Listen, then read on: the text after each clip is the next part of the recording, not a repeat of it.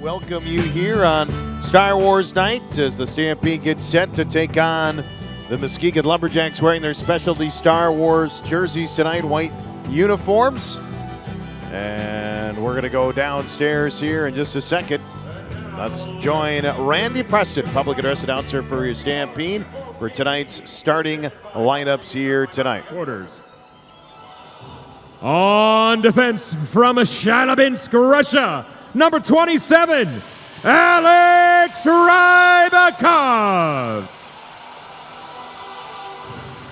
On defense from Salikard, Russia, number 4, Gennady Shally.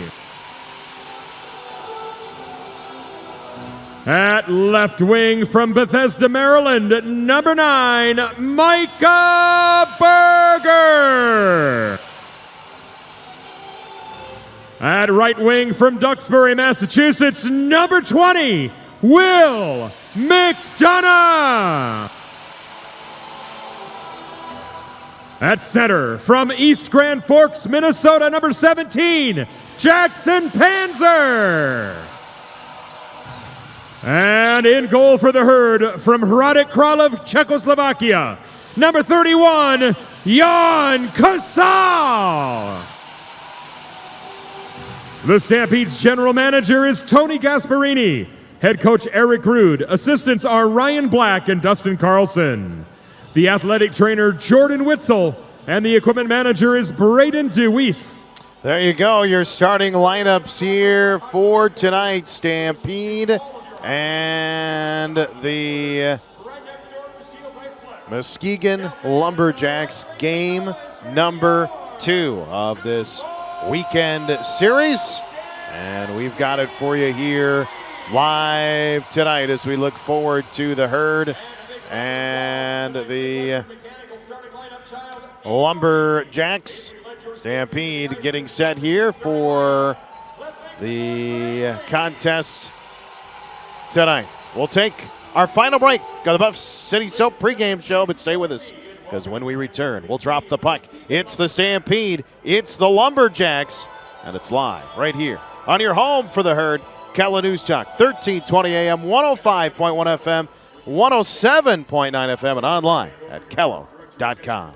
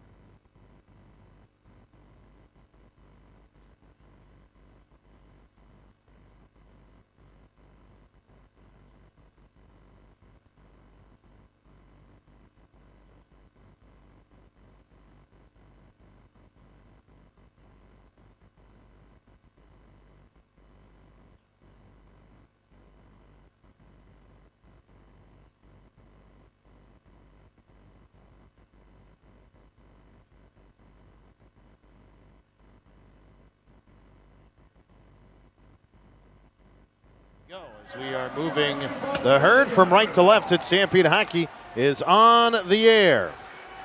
As the puck played here ahead by the Stampede, off the right wing wall by Panzer. That one knocked away and it's played back in by Rybakov. Off behind that it goes. Lane picks it up there for the Lumberjacks. It'll clear it out of the zone. Sioux Falls, Rybakov back at his own end. Knocked down, McDonough picks it up and the Stampede have control here. They'll play it out of their own zone. Rybakov gets stripped away there with the puck, and it's picked back up here by Rafferty. Rafferty, oh boy, taken down, and the Stampede just 35 seconds into the contest take a penalty, and that's, we talked to Coach Root, said staying out of the box, obviously being well disciplined going to be key. Not a good start. Sioux Falls, number 27, minor penalty, hooking. So a hooking penalty against Rybakov, and that'll put Muskegon on their first power play already. Last night they were 1 for 2 on the power play this season. 24 of 91. They're clicking at 26.4%. Sixth best in the USHL. Stampede penalty kill 73.3%. 13th in the league. As the puck picked up, and here comes the Stampede shorthanded. Geike, shot, save, rebound is knocked away. Tries to center it back, and a good attempt there by the Jacks as the puck is played ahead here. Off the left side, Gridden sends it all the way in. Off the wall, Sioux Falls trying to pick it up and chip it away again. Here's Mason shorthanded now. Mason driving in, but the shot well wide of the net. And they'll play it here out of the zone to the Lumberjacks. Muskegon sending it in with 1:25 left on the power play. Sioux Falls knocks it free, and here they come. Here's Mason again, moving in, backhanded, a save is made as he drives to the net. And the puck is knocked down, and it'll be cleared by the Jacks. The Stampede have had all the attempts here so far shorthanded. As the Jacks will set up a kick save by Casal. Rebound deflects up and out of play. So we get a stoppage here. And we'll get a face-off draw coming up here with 1 minute exactly left on the power play for the Lumberjacks. Sioux Falls digging in. Casal making his first career start here tonight as for the Stampede. Sends it all the way in. On the other end, it's Bo Lane. He's also making his first career USHL start tonight as it's played ahead by Muskegon. Still on the power play. They bring it in. Belial knocks it down for the herd. Puck comes between the circles. There's Sobieski, and he'll send it ahead and all the way down. Just 37 seconds left on the power play for Muskegon. You know, sometimes as a coach here, you get an early power play. It's not always a great thing because you're just trying to get into the rhythm, and it's hard to get going early on in a game when you get that situation. And Muskegon kind of feeling that right now as the Stampede have created all the chances here shorthanded. 15 left on the power play. Panzer picks up the puck, doesn't get enough on it though, and it's kept in the zone, but Muskegon helps by clearing it themselves. Out of the zone to center. Picked up there by Nordberg of Muskegon. He'll flip up the right wing wall, and they'll force it ahead all the way in. Belial giving chase back behind the net. The penalty expires. Good kill here by the herd. Muskegon shot here blocked by Webush, now redirected, and that shot goes wide of the goal. Sioux Falls, Dillard trying to play it up the right side, knocks it aside. The herd will send it ahead all the way down, and we'll get icing here. 17:09 to go here. Be sure to have the app downloaded and your location services turned on. Thanks to Chick-fil-A Empire Place right here in Sioux Falls. You'll have a chance to win only if the Stampede score at least 4 goals tonight. So fans, let me hear you. Falls face-off here coming up. Face-off to the left stick side, or left glove side, excuse me, of Casal. 17:09 to go in the first period. Webush yet to take the draw here. Pearson digging in. And it's played here by the Stampede, trying to not get free. Dillard trying to get to the puck, and they heard. Will clear it all the way out of the zone. There the Jacks will play it off the wall here up the right wing side, and Cholich back to play it for Sioux Falls. Stampede won the game last night, game 1 of this weekend series, 5-3. Lumberjacks looking to pick up the split. Here comes Webush out of the zone. Off the middle of the ice for the Herd. Into the offensive end. Drops it ahead to McNeilis. McNeilis drops back. Bouncing puck between the circles and diving out. And making the save is Bo Lane as we look at your Auto Owners Insurance goaltending matchup tonight. Brought to you by our friends from Bowen & Associates for all your insurance needs. Visit Bowen & Associates today at Bowen, B-O-E-N Associates. BowenAssociates.com, their local independent auto owners insurance agency. Bo Lane, first career start. He played in the BCHL prior to this, where he went 1-1-1 with a 2.53 goals against and a 9.32 save percentage. Jan Casal in for the Herd, his first career USHL start, 3-5-0 with a 3.13 goals against and a 9.02 save percentage with the Janesville Jets of the North American Hockey League. Muskegon back in their own zone here. Vio swings it to the right side to Coring. He'll play it. Barnes will go cross ice and they play it back up the left side. Works it around to the right side. Hendricks drops it back into the right circle. Holding on. Poke checked away by McNeilis. Now Cholich trying to knock it free for the Herd, but he can't. Hendricks has it for the Lumberjacks. Sioux Falls will get it back, and it's floated here to the blue line and out of the zone. Ahead is Webush. Stampede over the line. Dropping it to McNeilis. He'll fire a shot up high, and it deflects, goes right in front of the net, and Lee knocks it away. A heads-up play by Klee there. The defenseman for the Lumberjacks had to pick it up. That was going to bounce right off his goalie's back at the crossbar, but he picked it up and threw it behind the net. Now the puck played to center. Sioux Falls Rybakov back here, right side to Borgula. He'll just dump in. 15.5 to go.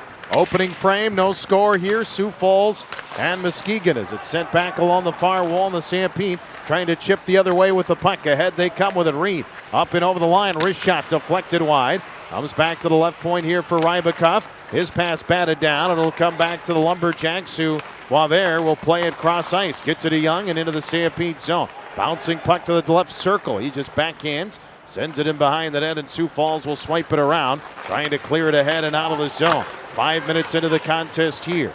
Muskegon gritted over the Stampede line to corral that one knocked away, and Barabanov the other way for Sioux Falls. Goes cross ice to Grant Dillard, who had a goal last night. Gets a shot there. Blocker save. Rebound. Dillard trying to get his own rebound, but it's swept away. That'll be played back out to center. Belial flips it to the far wall, and it's poke check. Sioux Falls knocks it back down. Hayden Reed hits it to Belial, and the Stampede will reset here as they work it ahead. Reed around one defender, still has it, gets a shot that just trickles wide of the net. Now banked off the wall, swung to the right side out of Belial on the left point. Belial flipping it back here to the corner. Gets it to Schumacher, and Schumacher plays it. Now it's tangled up back behind the net. Here comes Sobieski. Sobieski. It's bumped off the puck. Sioux Falls battling forward along the wall. Whitcomb there for Muskegon. Chips it back behind his own cage, and they will float one here to the line and out. 6 minutes into the first period. 5-3 shots on goal. Favor of Sioux Falls. No score on the big board as Geike trying to knock it away. Now Schumacher picks it there, gets it into the hands of Mason. Mason look up, stick high. Oh boy, that'll be a penalty. Is a high sticking call. Muskegon already just over 6 minutes in. They'll already be on their second power play of the night. The Herd shorthanded. When we return, we're back with you in 60. This is Stampede Hockey.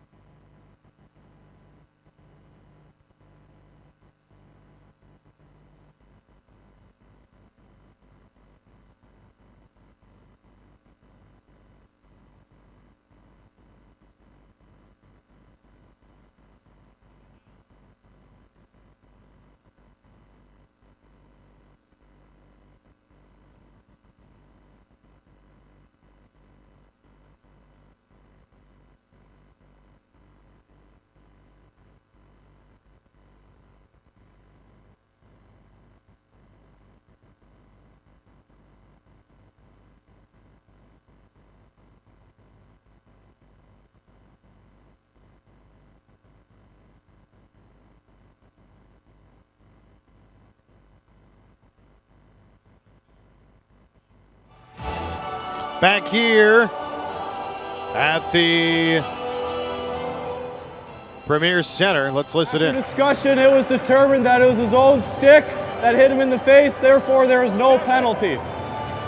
So the penalty we thought that was coming to Mason, the referees discussed it and say the Muskegon player hit himself in the face, so he can't get a high sticking call on himself. Therefore, no penalty on the play, and will be 5-on-5. So the Stampede catch a little bit of a break there, and will have a face-off draw still in their own zone. Just underway here in our First Dakota Bank first period. The Stampede and Lumberjacks scoreless on Star Wars night. Panzer wins it around, gets it to Cholich. Flips it around to the far wall. Knocked down here on the near side, edge of the right circle. Hendricks has it, goes off behind the net, swings it along the boards, out to the left point. Shot tipped and knocked down, and it's picked back up by Panzer. Cholich has it, and he'll get it ahead here to Berger. Berger flips it into the offensive zone. Panzer knocking it down, has it tangled there. He'll work it to Toll. It's kicked to a stick as they play it. Now the puck is swung around to the far wall and into the hands here of Anderson, who gets it into the Stampede end, shoots up high. Casal has to knock it down, and he'll gain the whistle here. Tonight's game proudly presented by Dental Solutions. Let Dr. Dane and his wonderful staff take care of all of your dental needs. Face-off coming here in the Stampede zone. As the Herd will look to the left of Casal. Casal, as I mentioned in the pregame, he was with the Stampede during training camp. Ended up getting moved to Janesville, the North American League, but the Herd kept him on their affiliate list, meaning still property of the Stampede. And he gets called up here this weekend with Caleb Heil playing in the World Junior A Challenge. Here's Panzer. Has it knocked down, and the Stampede will get it back. Rybakov off the wall to Berger. That pass batted away, and it's played back here by Rafferty up the right side. Goes around one defender, takes it back behind the net. Centers, knocked down by McDonough. Herd will try to play it off the glass. They do, and they'll get it out of the zone as the puck played here by Berger. Off the left side, Panzer knocks it away. Pearson has it for Muskegon. Spins around McDonough, goes in front of the Stampede bench. Rybakov takes care of him, and the Herd will get the puck back here. Left side, Berger. Berger up the left wing wall, gets tossed onto the ice there, and the Jacks will hold possession here. Coring fanned on it, pass knocked down by McDonough. Herd bring it back over the line. Here comes Berger. Berger left dot shot, save is made. Rebound behind the net. A nice pad save there made by Lane. And the Jacks will get it out of the zone. Pearson again just flips it high into the air and all the way back into the Stampede end. Off behind the goal it goes. Ahead, McNeilis working on it to Belisle. Flips it to the far wall. Sioux Falls will try to go the other way with it as it's batted down now, and the Stampede get it free. Played here to the far side. Belisle brings it into the zone.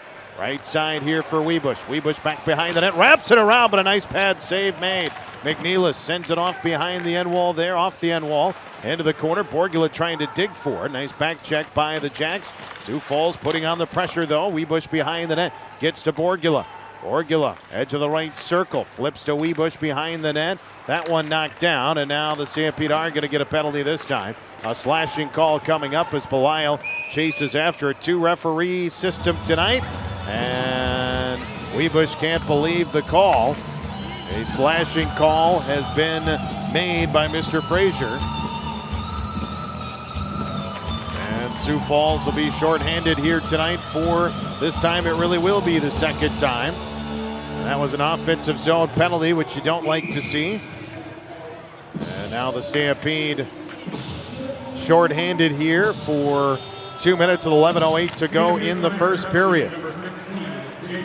Here's the pass, they work it around. So power play for Muskegon, sixth best in the league at 25.4%. Shot to block there, blocked it to the corner. Cholich is out there with Mason, Geike, and Toll right now to start the kill.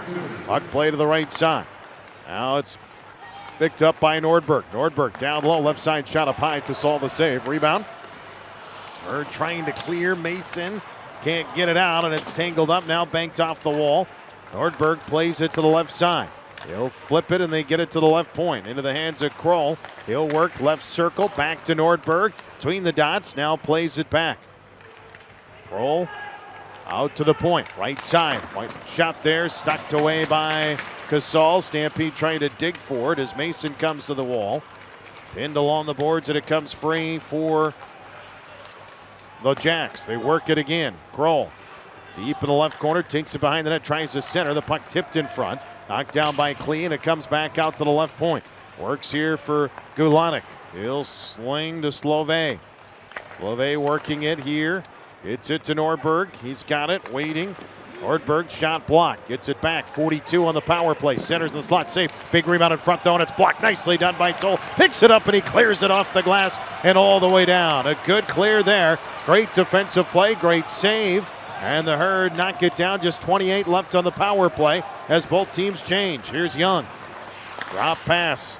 Leaving it for Gridden. Gridden wide to the left, and they come across offside as the whistle blows. 21 seconds left on the power play.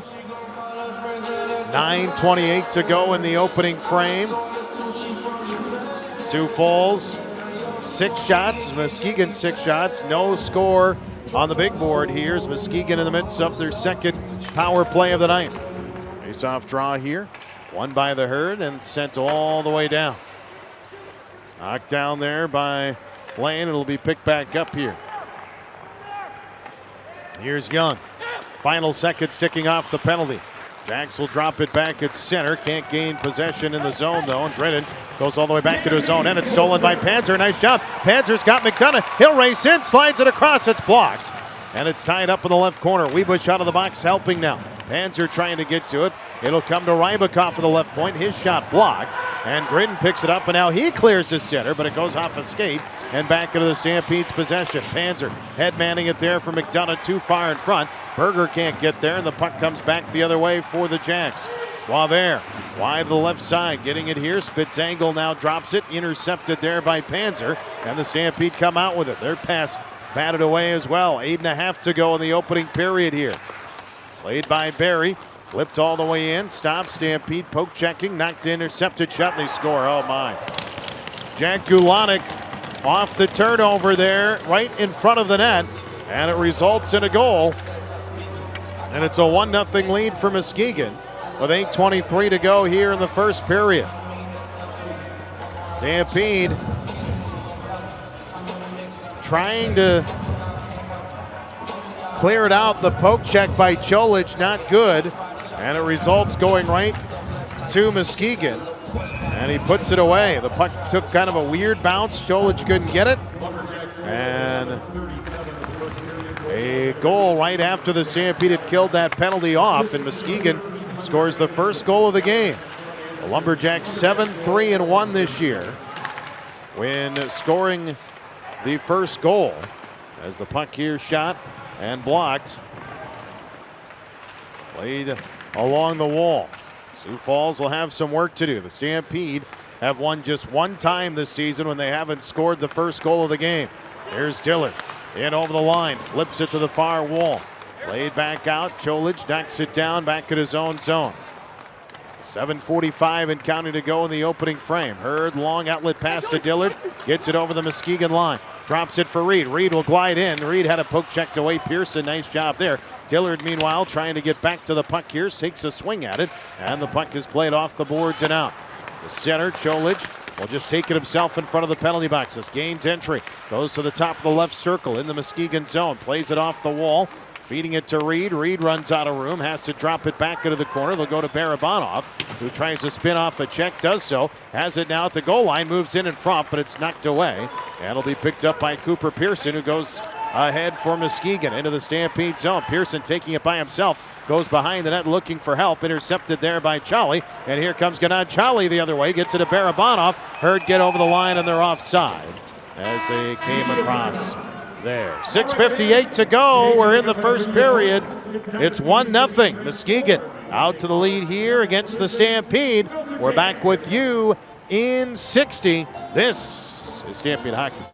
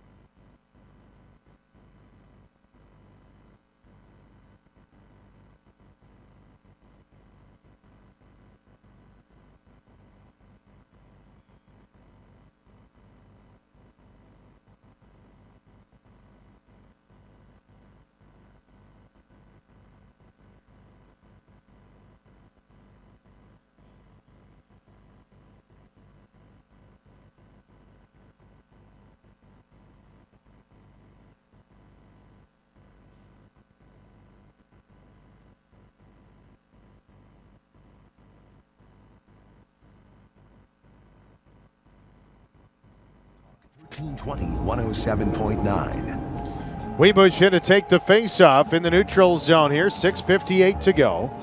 We're in the first period. 1-0 Muskegon leading. And the face-off here. Played by Muskegon back in their own zone. Up the right side, McNeilis knocks it down. Lumberjacks will play it off the wall. Here's Borgula. Edge of the left circle.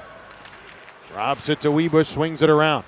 Out to the left side, Belial had that one knocked away from him. It'll be sent all the way in. Now it's played, and there is a whistle. And that is an offside call. Brings the face-off all the way back down. Stampede back at it next weekend. Friday, we are in Fargo. Buffalo Wild Wings viewing party at both locations in Sioux Falls. West and east side, you can catch the game on the TV big screens starting at 7 o'clock. Then next Saturday, a week from tonight, we're back here inside the Premier Center for Ugly Sweater Night. Brought to you by the Salvation Army as the Herd and Force will battle again. Fargo, of course, best team in the USHL. And have just been off to an amazing start this year, 19-2-1. Here the Lumberjacks will play it behind the net. Up, out to center, Rybakov trying to get to the puck.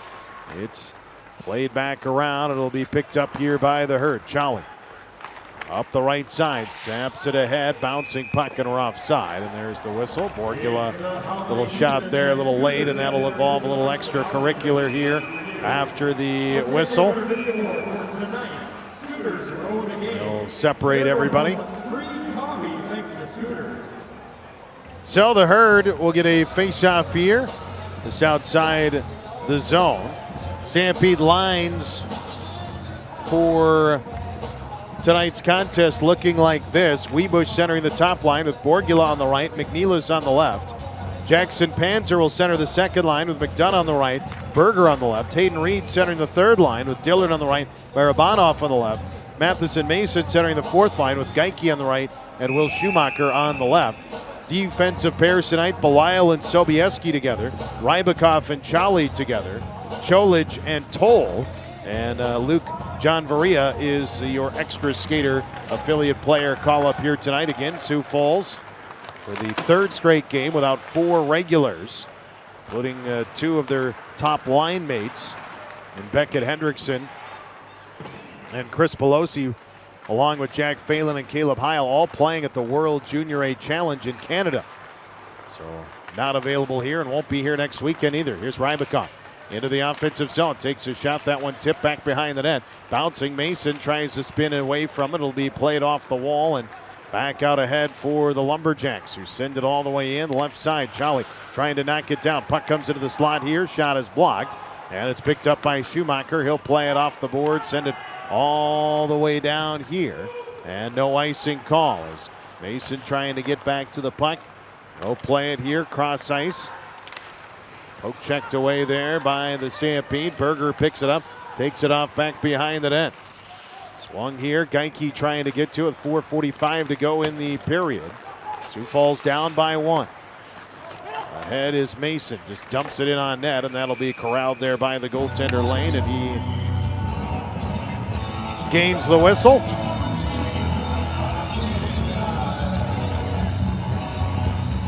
Sioux Falls this season,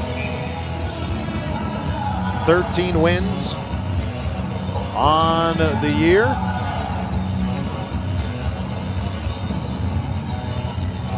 Trying to get a victory here again tonight and complete a weekend, what would be a weekend sweep of the Lumberjacks, but already down in a 1-0 hole. We talked in the pregame with Coach Root about how difficult it is to beat these teams on back-to-back nights, and the Stampede know the challenge they're up against here. Sioux Falls, just 2 wins. I think I said 1. It was actually 2. Just 2 wins this year. when they have been scored on first. The Stampede, when scoring first, unbelievable, 11-2-2 this year, but have not had as much luck when they've had to come from behind early. Still just a 1-goal deficit though, with 4:03 to go in the first period. Face-off draw coming up here. Hands are out there with Berger and McDonough. Face-off though won by the Jacks. They'll play it and send it all the way in. Gasol lets it go, and that'll be an icing call with 3:56 to go here. Opening period. Two teams will not face each other again this season. Of course, as mentioned last night, this is the first time since 2019 Muskegon has been in this building. Next year, the Stampede will go out to Muskegon for a pair of games, as they play these Eastern teams just twice during the season. Here's Toll. Shot blocked. It'll come back to the right point. Carries it on the backhand. That one knocked down. Has it here. Bouncing in front to Berger. Shot save. Oh, a nice stop there by Lane, and it's cleared out. Nice opportunity there for the Herd. Now back come the Lumberjacks. Nice poke check there by Cholich, but it bounces back free for the Jacks in front of the net. Knocked down by Sioux Falls off the boards. All the way down here. It's going to die before it gets to the line, though, and there'll be no icing. Easton Young has it. Gets it to Pearson, and he has to take it back for Muskegon behind their own net.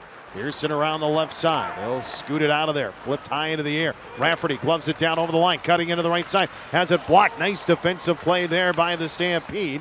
As getting back was Belial to knock it away. Now here comes McDonough. Just dumps it in softly on net.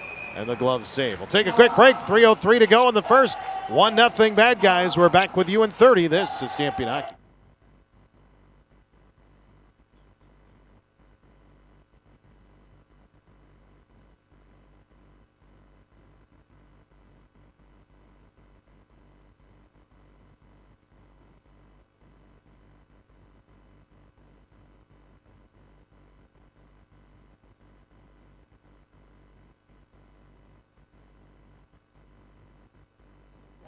If auto owners make sense for you. This is Stampede Hockey on Kello. News Talk 1320, 107.9. Now let's head back to the arena with Jimmy O. 2:43 to go here in the first period. Stampede down by 1. Barabanov trying to force it out of here. Gets it across center. Puck bouncing all over the place though tonight, and it is played by Muskegon into the zone. They'll dump it in there as Bosware will play it. Stampede flip to center again, and the puck rolls all the way back into the Muskegon end. Dillard knocks it down for Sioux Falls. Looks to play it into the slot to Sobieski. Sobieski circling back, holding on to it in the high slot. Sobieski will swing behind the goal. That'll be played to the far, now make it the near left wing side as it bounces around, and Muskegon just shoots it to the far rink. It's stopped there by Sobieski. His pass, hit a man right in the face, and Sobieski trying to feed it back to Barabanov. Barabanov holding on to it. Shot here, tipped and knocked away. Hit Kroll there right in the face, and now we get a stoppage as he took the puck, and not really sure why he took one off the choppers, but was also about 2 feet from the bench. Could have got off, didn't, and they whistle it dead. We'll get an offensive zone face-off here for the line of McNeilis, Weebush, and Borgula coming out. McNeilis will take over center duties here on this draw. Taking it, it's David Klee of the Lumberjacks to the right stick side of the goaltender lane. Dig in, won by the Jacks. Off behind their own net, Vio will play it out the zone, up the right wing side, gets it. Solove will dump in. Goes off behind the net. They're trying to dig it out. A shot there is blocked. Outplayed back here by Weebush. Weebush swings it to McNeilis. McNeilis up the left side. Goes around one defender. Poke checked here. McNeilis ties it up along the wall, and it stopped. Rybakov trying to get there, and now Charlie will get it back. Charlie swings it here to Borgula. That one is played by the Lumberjacks, and they'll get to it.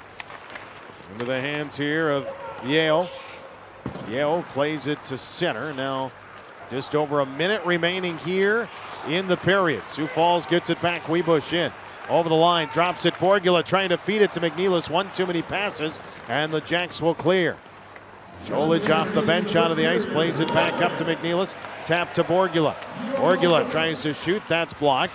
Top to the edge of the left circle. He is stopped and now flips it into the corner. Webush trying to get to it. Rolling to Borgula. Turns and shoots. Centers. Webush turns, shoots. He scores! J.J. Webush knocks it home, and the Herd have tied the game with 44.8 seconds to go here in period number 1. And the Herd's leading scorer knocks in his 13th of the season.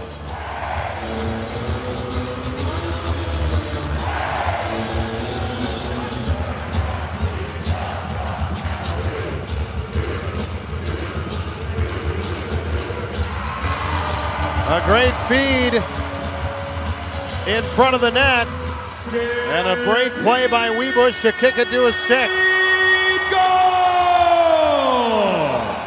Goal scored by number 16, J.J. Webush. His 13th goal of the season. Assist to number 29, Tyler Borgula. And number 34, John McNeilis. That's Webush from Borgula and McNeilis at 19:16 of the first period. Here comes Berger sending it in, and the save made with 36.7 seconds to go. That's a big goal late in the period here to get yourself back in it. Tie things up. Gain some momentum off of that, hopefully. Panzer comes out with McDonough and Berger. Won by Sioux Falls, but stripped away there by Young. And they'll play it here along the right wall. Panzer intercepts the puck. He's got Berger, feeds it to him, and the shot just goes wide. Now Panzer behind the net again. Spins off one check, feeds it to Toll. Toll working with it, turns, shoots. That one bounces back behind the net. It'll be scooped up by Young, and with 15 seconds to go, he gets it to center. Knocked down nicely by Toll. Jacks have trouble with it. Now they'll just dump it into the corner. And we're down to the final 6 seconds here, as Sioux Falls will just kind of hold it here and kill some clock. And the horn will sound as the first period comes to a close. So the Lumberjacks get the first goal of the game, but the Herd battle back, and they get one to tie things up here. As J.J. Webush, team leading 13th of the season, gets the Herd the goal, gets things all knotted up at 1 apiece. As the first period comes to a close, our Innovative Office Solutions first intermission report just around the corner, as we will get an interview down on the ice with Charlie here, and I believe Coach Carlson coming up in just a moment. And we'll get a weather forecast update and more coming up here during the intermission report. But Sioux Falls, a 1-1 tie here at the end of 20 minutes of play. Let's go downstairs. We've got Charlie downstairs for our Innovative Office Solutions first intermission report. Coaches Club. All right, thank you, Randy. I'm standing here with assistant coach Dustin Carlson. Now, yesterday we had a very hard-fought victory against Muskegon, who were playing here tonight. Muskegon had previously won 4 of their last 5 games. What does that say about the fight within the Stampede right now? Well, I mean, we're just concerned with ourselves, and our boys have been resilient all years. You know, we got down, we were up, and we just stuck with it. After we got that 4th goal, our defensive zone play was fantastic. We're just going to try and continue that tonight.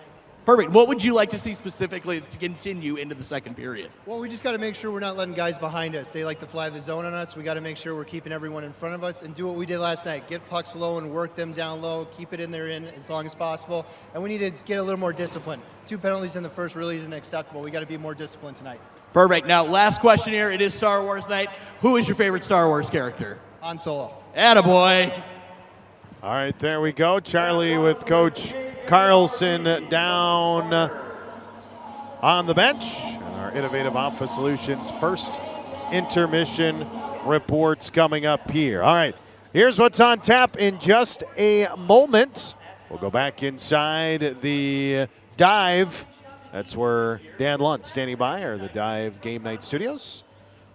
He'll have a weather forecast update for you. It was cold and blustery today. It was, quite frankly, wasn't very nice, but we can't complain when it was 60 earlier in the week, so we just have to deal with it. But he'll let you know.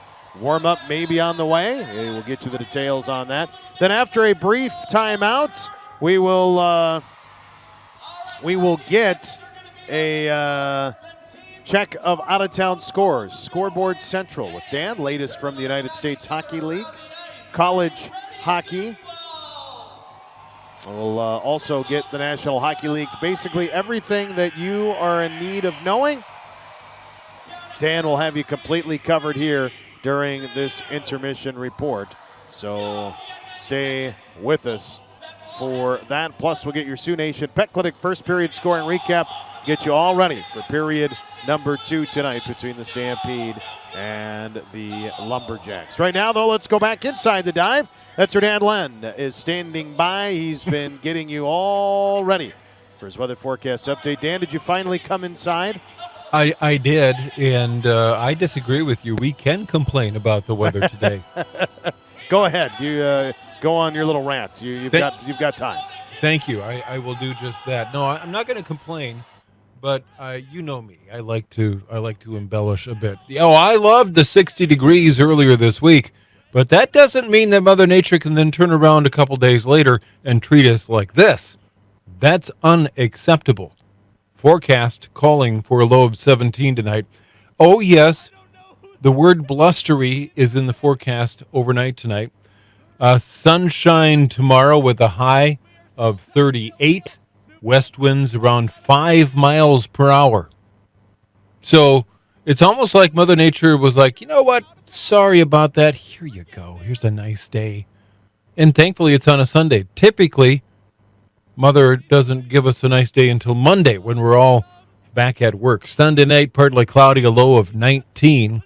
Monday morning, sunshine, a high of 45 in the afternoon. South winds 5 to 15, becoming west-northwest in the afternoon.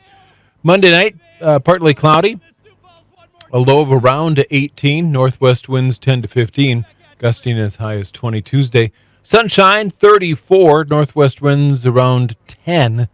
Tuesday night, partly cloudy, a low of 18. Wednesday, sunshine, and 44, 26 Wednesday night, and 50 for a high on Thursday. There seems to be some sort of theme here with Thursdays in warm weather. 50 for a high on Thursday. Friday, partly sunny, a high of 44. And Saturday, mostly sunny, and a high of 43. The wife is still driving the convertible, albeit we are putting DJ away for the season starting tomorrow. But she's been enjoying the vehicle, and in fact had the top down a couple of weeks ago, I believe, and it was like 55. She toughed it out. Good for her. But tomorrow I might get one of the classics out and head around town and enjoy the drive. In town at the moment, breezy, 29 our current temp. Winds out of the north at 21, gusting to 25. A wind chill, it feels like, of 16.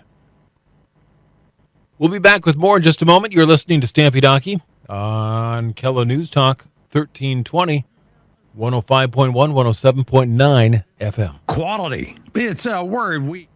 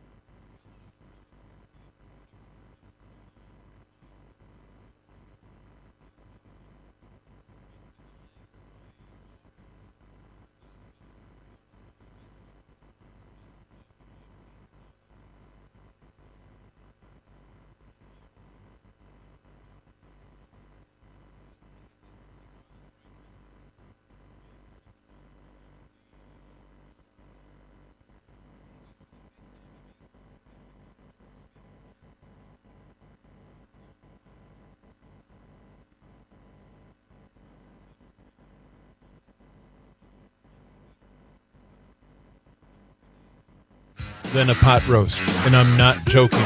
Let's check out the scores from the USHL. We'll start there, and then we'll make a round robin. We'll do the pros, and if I have some time, which I should, we'll do some collegiate hockey. But let's first look at the scores from the USHL. 1-1. What game am I talking about? Can you guess? Well, it's a steal at home facing the Gamblers. 9-12 in the second, and it's knotted up at 1 apiece. Fargo, speaking of Fargo, yeah, sure, don't you know, you betcha. They're in Lincoln, which is where I'm sure my daughter wishes she could be. There was a winter weather advisory, 3 inches of snow in the Fargo area today, which is, I'm sure, why she's making a pot roast. 1-1, the tied score, Fargo and Lincoln with 9:56 and counting in the second. Waterloo at home tonight, facing the Des Moines Buccaneers, and at the end of one, Des Moines leading by 1-0. A lot of ones. 0 goose egg for the Sioux City Musketeers. They are playing host to said Omaha Lancers. They are also in the first period. 3-0. Omaha leads that game. We, of course, are tied up at 1 apiece with Muskegon. Shots on goal for us, 12-7 for Muskegon, so they're a little bit more efficient. But I have good vibes about our game this evening. Games yet to start. Dubuque is in Madison, and Cedar Rapids Rough Riders playing host to the Youngstown Phantoms. Both of those are 7:05 drop of puck. I will be back with the NHL momentarily. You're listening to Stampede Hockey on Kello News Talk 1320 107.9. At the Diamond Room, it's all about your love and...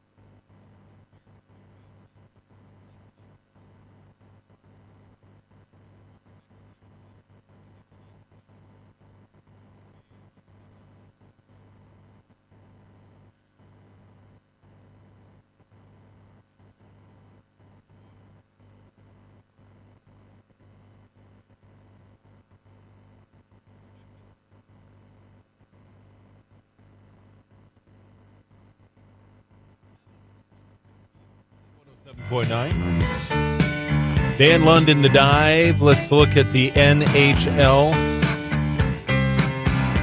The Montreal Canadiens. Did I say that correctly? No score with Buffalo. Tied at 0 at the end of 1. Can you tie at 0? I guess. Maple Leafs played host to the Predators. No score there, end of 1. Into the first yet, 1-0 the Senators over Detroit, up in Detroit. The Capitals playing host to the Rangers, 1-0 at the end of 1. Kings and Islanders, no score, but the game just is, well, it's about halfway through the first period, so there's some time. Jimmy's Blues on the road in Chicago tonight. That is a 7 o'clock drop of puck, so they should be getting going here momentarily. And the Avalanche playing host to the Flyers. That is also, that's an 8 p.m. drop of puck. The Canucks hosting the Hurricanes, and Lightning on the road tonight. Kraken going to be the host there. Here are a couple finals. Bruins defeating the Coyotes 5-3. Golden Knights 6-1 over the Stars. They were in Dallas today, and Devils and Flames skated to a 4-2 victory for the Devils. So good for them. Apparently, my Wild are off this evening, that's kind of weird, isn't it? Shouldn't they be playing? Maybe, I don't know.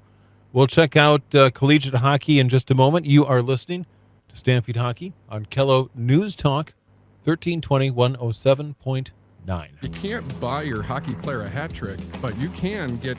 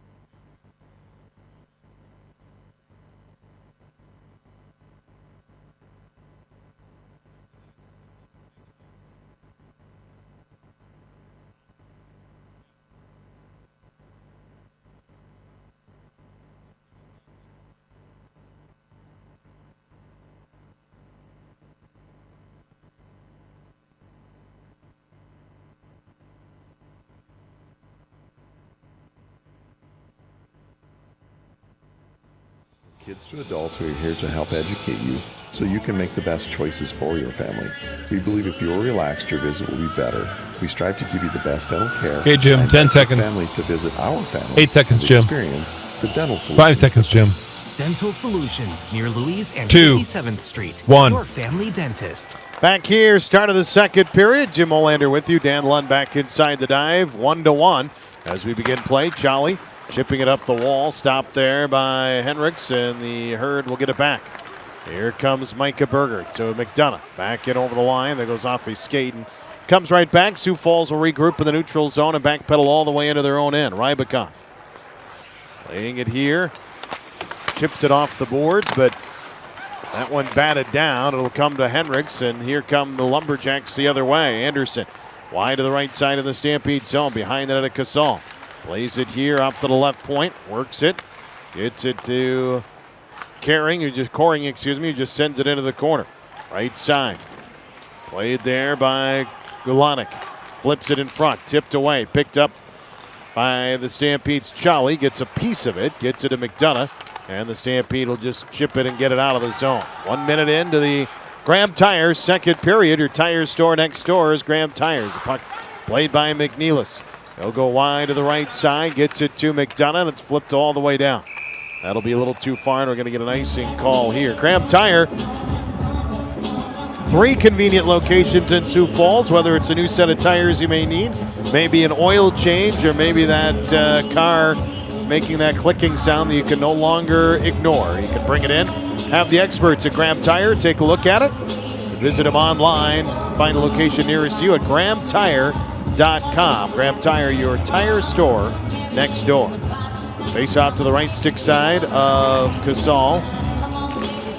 Won by Muskegon, but Nordberg plays it right out of his own end. Go all the way back into the Muskegon zone, and they will kind of regroup here in front of their own net to try and play it ahead. Out to center, puck bouncing. Nordberg gets a piece of it, and now he'll gain control. He brings it into the offensive zone. Gridden has it, gets a shot knocked away. That puck will ricochet off the boards and all the way out. Boisvert backpedaling here down the left side to Norberg. He'll play to center. Pass intercepted by Toll. Toll brings it into the zone. Works to the left side here. Shot, that one is tipped. Goes off behind the net. Stampede trying to knock it free. It'll be played by Boisvert as he goes to the left side. Corral off the left wing wall. Plays it in. There's a shot that goes wide of the net. Now it's picked back up here on the right side. They'll try to keep it in, but the Stampede able to knock it back out.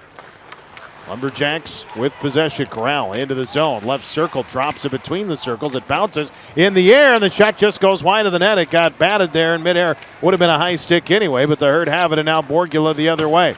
Chips up the right side and gets it into the offensive end. Putting on some pressure here along the right wing wall. Takes it back here to the corner. Trying to turn in center. That pass batted away by Whitcomb, and it'll be played by the Jacks as they play to center and send it all the way down. Rolling puck, and it comes out. Does Casal to knock it away, and Sioux Falls will get control again. Toll just playing it through center, but can't control, and it'll be played by Muskegon. Lumberjacks out to center and in. Cholich back to retrieve for the Stampede. Gets pinned along the boards by Whitcomb, trying to win that battle as he poke checks it free. It'll come here into the hands of Hayden Reed for the Stampede. He gets across the red line, flips into the corner. Barabanov trying to position himself here along the left wing wall, trying to knock it away. And it'll come back behind the net and played by the Lumberjacks. Whitcomb goes cross ice and sends it all the way down into the right side. Sullivan, it's take it down. The puck played here. Stampede have it. It'll come back out to center. Stampede knock it free. Barabanov playing it to Dillard. Dillard brings it in over the line into the right side, and they'll try to track it down in the corner.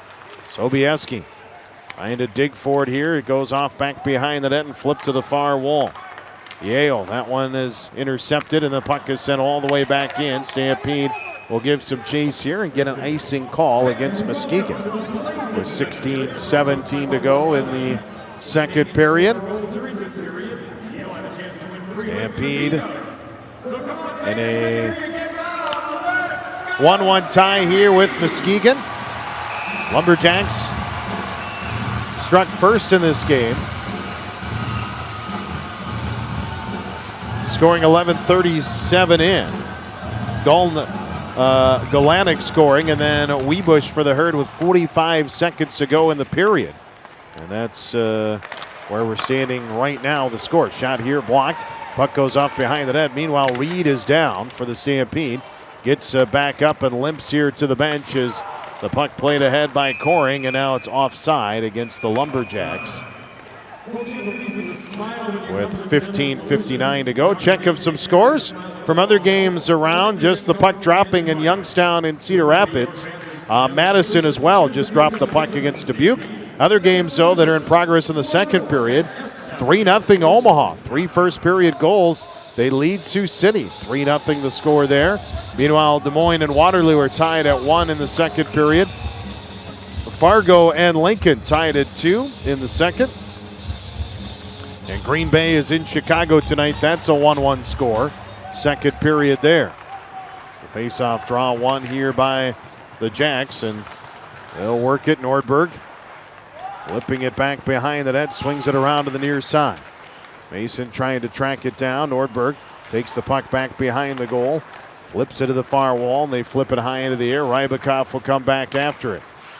Reaching for it, Rybakov racing up the right wing side. Brings it ahead and in. They dump it into the Stampede Schumacher, and it goes into the left wing corner. Stampede trying to not get down. It'll come back here to the left side. Sioux Falls can't get to it, and now it's played back out ahead. Into the zone, Spitz angle shot, and a blocker save is made. Bouncing puck, Rybakov behind the goal, gets to Schumacher. He reaches for it, and Schumacher, little trouble in front of his own net, nearly turned it over, but picked up by Rybakov, and he'll go to the right side for Jolly. Jolly out with it here. Brings it into the offensive zone. Around one defender, gets tossed down by the second. It's played back behind the net and swung around. Here comes Jake Toll. He'll keep it in for the Herd. Rolled off his stick, though, and now it's chipped off the dash, bouncing. Geike will just send it back in, and the Stampede will complete a change here. Mason back behind the Muskegon net, spins around to the right wing side. Trying to turn, gets it back out to the right point to Cholich. He has to chip off the glass, go back into that right corner, and it's tipped behind the net. It'll be played high off the glass, batted down by Toll, trying to get to McDonough, as it's now played by Muskegon off the boards again. Bounces, takes a big bounce here and comes out of the zone. Ahead, Gulanik sends it in. Flipped along the wall, Sioux Falls shoveling it. Cholich trying to go the other way and has it. Cholich with the Stampede over the line, looking to drop. Cholich centers in front, tipped, and goes off into the corner. Laid along the right wing board, Sioux Falls tips behind the net, but Muskegon's scoring is there, and he'll just backhand and float it ahead. 6 minutes into the second period, 1-1, Sioux Falls and Muskegon. Lonick plays it here to the right side, has it on his backhand, knocked down by Sioux Falls, played there by Cholich. It'll go back behind the net of Casal. Toll is there for the Stampede, gets to McDonough, and the Stampede clear to center. Berger now will play it off the wall in front of the Stampede bench, gets it over the line. 13.5 to go. Shots 13-8 in favor of Sioux Falls here in this one so far. Sobieski trying to bring it out of his own end. Feeds it ahead to McNeilis. Now he goes cross ice, but his pass batted down. Lumberjacks back the other way with a little toe drag pass, knocked down. McNeilis has it batted away. Stampede will pick it up. Sobieski floats one off the boards, and now it is knocked down there by McDonough and flipped in behind the goal. Toll trying to get to the puck here. Works it, centers. They'll play it. Corral trying to turn and center, and now it's played back here. Here's a shot, a save by Casal. Rebound, and he covers. He falls down and makes the save, and a little extra pushing and shoving after the whistle on that one. A timeout here on the ice as they separate some players. We will take a timeout as well. We're back with you in 60 seconds. 1-1 score here. This is Stampede Hockey.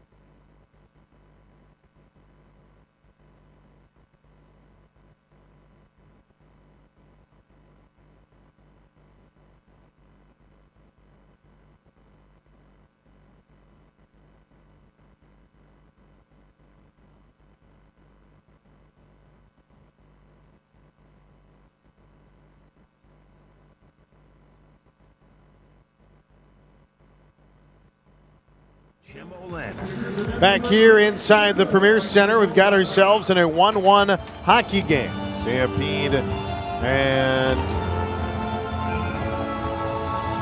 Lumberjacks. Game 2 of this weekend series on Star Wars night here, presented by our friends from Dental Solutions.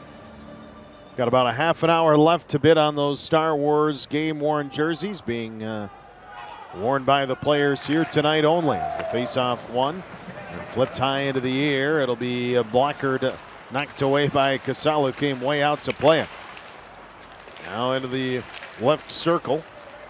Borgula there for the Stampede. He'll charge out of the zone with it. Gets it back out to center to Rybakov. Rybakov flips it all the way down and in. Webush trying to give chase after the puck. Has it tangled up as they'll try to work back around.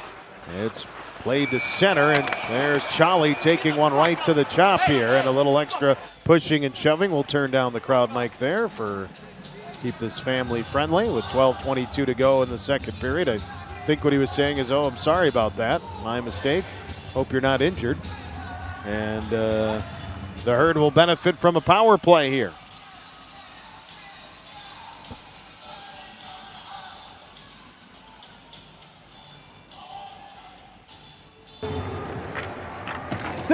Sioux Falls, minor penalty for slashing. Muskegon, minor penalty, high stick.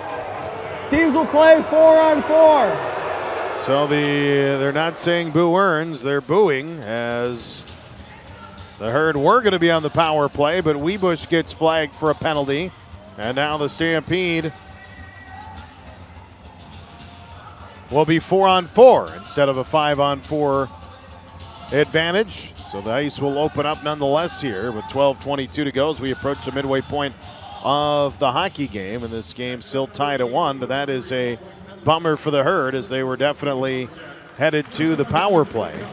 And not happening now as the puck is played here by the Lumberjacks. Stampede have Reed and Dillard out there with Rybakov and Charlie as the puck played into the left corner by the Jacks. Diego plays it behind the net. Charlie picks it up for the Herd, and he'll take some speed ahead with it up the right wing side. Charlie into the offensive end. Gets a shot that goes wide, and hard off the boards will come all the way back out to center. And picked up by Muskegon as they'll float one in over the line. Now nearing shot. That one high over the net. Goes back out to the right point. Stampede chip it off the boards. Get enough to get it out. Back here come the Lumberjacks zone. They've got numbers moving over. Pearson tries to slide it across, but that's a great play by Rybakov. Able to knock it down, but they can't get it out. Now back to Pearson. Shot. Pad save there by Casal. And it's played back by the Jacks. They'll keep it in. Into the high slot. Yale sends it in. High off the net. Back behind the goal. Gridden. Gridden has it here on the right side. Trying to turn it center. Played back out to the high slot. Young has it. Waiting. Young holding on to the puck on the left side. Spins away. Tries to center. Dillard is there. And Dillard will come out with a puck for Sioux Falls. Drops it back here for Reed.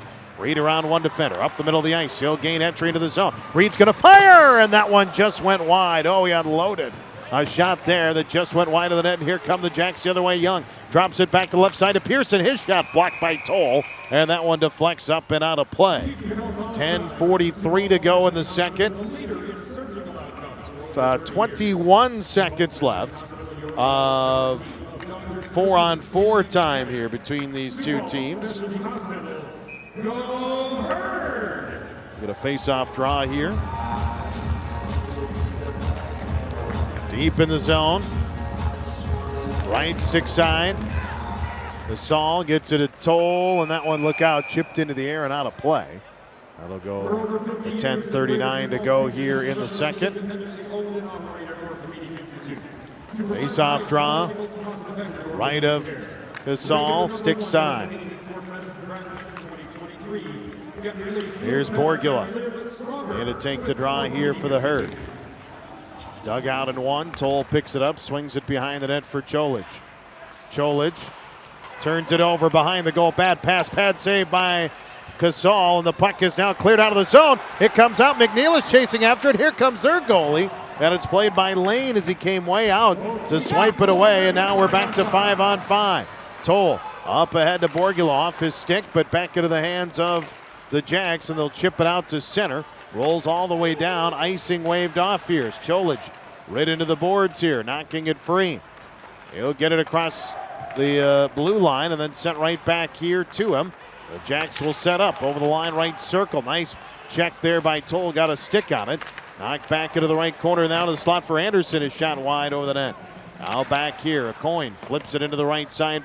Back into the hands of Hunter Anderson. Gets it back to a coin. Shot saved. And that one is picked back up here the left point. Good pressure here by Muskegon. We're at the midway point of the hockey game.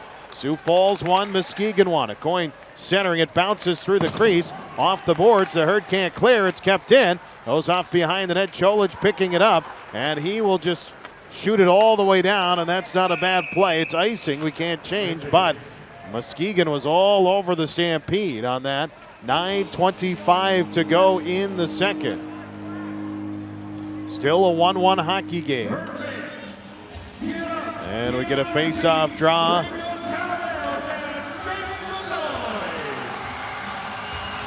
Right stick side of Lane.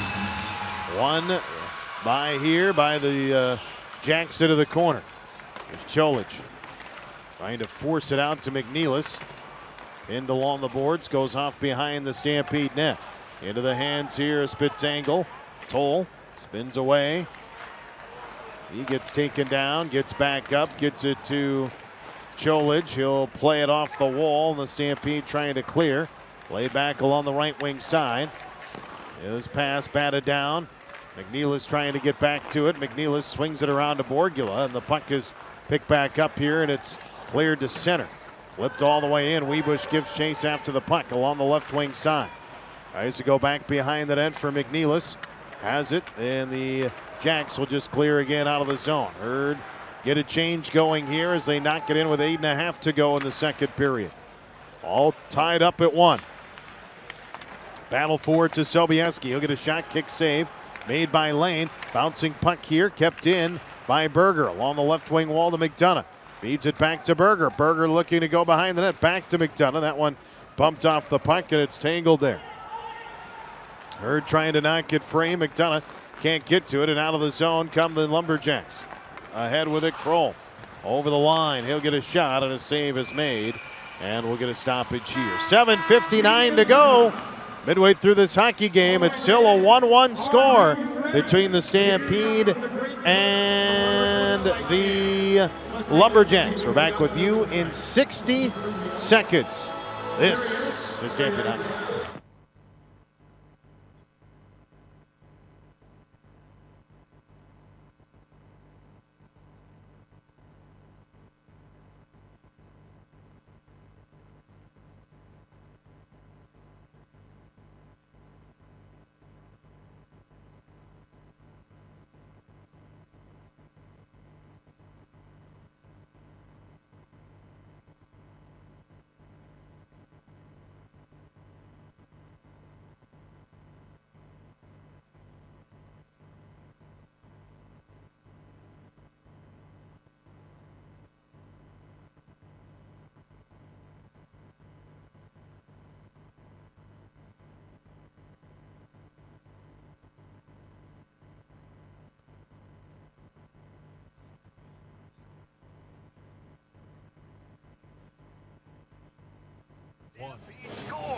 Back here at the Premier Center, Stampede 1, Muskegon 1. And a face-off draw coming up here in the Stampede zone as the officials, linesmen, and the referee discuss here on the exact location, and it will be the left of Casal.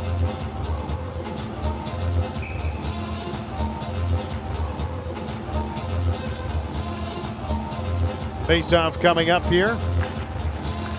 Won by the Lumberjacks. Into the high slot. First shot blocked, comes back out. Nordberg plays to Young. Young has it. It's tangled up along the left wing side of the Stampede. Come away with it. Mason ahead to Geikie. Geikie here for the Herd into the offensive zone. Gets it to Schumacher. Feeds it to Mason. Shot. Oh, he missed the net. Now back to Schumacher. Into the right side. He had that one poke checked away from him, and the puck deflects up and into the stands, out of play. 7:28 to go, second period. Getting an update on some of those other scores here. We'll see if we've had any movement in games. Chicago, Green Bay tonight. Chicago leading Green Bay 2-1. Fargo and Lincoln still tied at 2. Des Moines, Waterloo still tied at 1. Dubuque out to a 1-0 lead in Madison, and Youngstown Cedar Rapids are 1-1 in the first period there as the puck goes behind the Muskegon net, played here out of the zone. Geike knocks it down, flips it off the board, sends it in. Lane will just leave it. Mason coming over trying to get to it. The puck will squirt free all the way down. There should be icing, and we'll take a very quick break. We're back in 30. This is Stampede Hockey.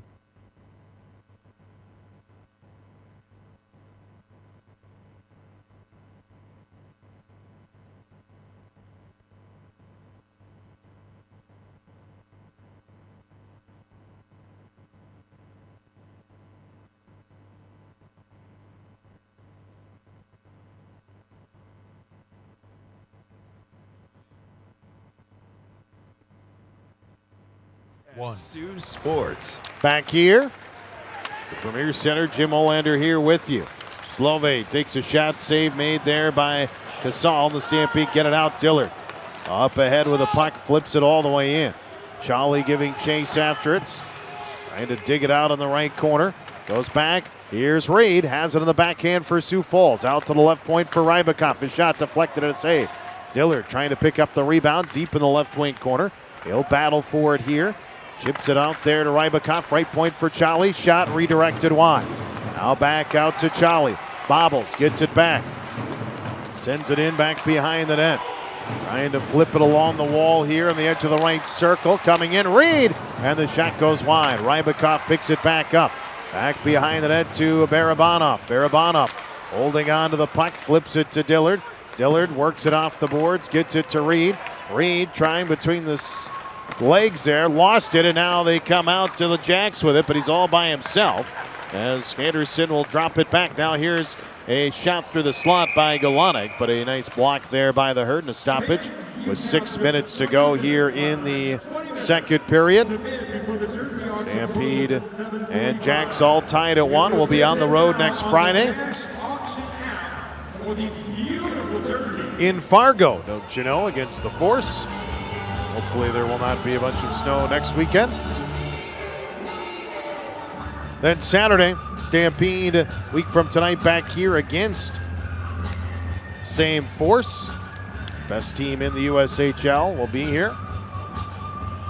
Believe it or not, that'll be just next weekend, the second and third meetings of the year between the Stampede and Fargo. Last year at this time, I think we played each other like 7, and there's a shot and a goal by Anderson. Might have got deflected in front over Casal, and with 5:53 to go, it's a 2-1 game. Ty Henricks was in front of the net there, and looks like he deflected that one in. Got a piece of it and redirected it past the stick side of Casal, so the Herd, who had been playing good hockey here, fall back behind. Now they will have to come from behind again, with it being a 2-1 score. And the Stampede will reset the troops here. Sobieski coming out with Cholich. And off the draw, it's picked up by the Herd. Cholich sends it in. Lane off behind the net will leave it. Flips it here to the far wall and played by the Jacks out to center. Knocked down. The Stampede send it back in. Rebush giving chase after it here. Herd scored late in the first to tie it. Now they'll try to do the same in the second. Borgula gets it to McNeilis. That one ripped away from him. Played back out to center. Herd trying to drop it back. Roll has it for Muskegon into the right side.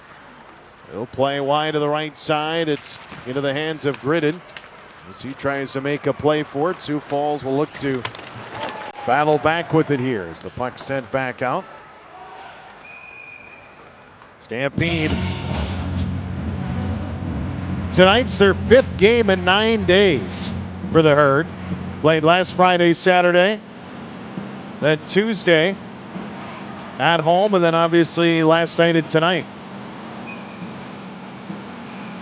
Face-off draw here. Panzer ready to take the draw here. Ties it up. Muskegon.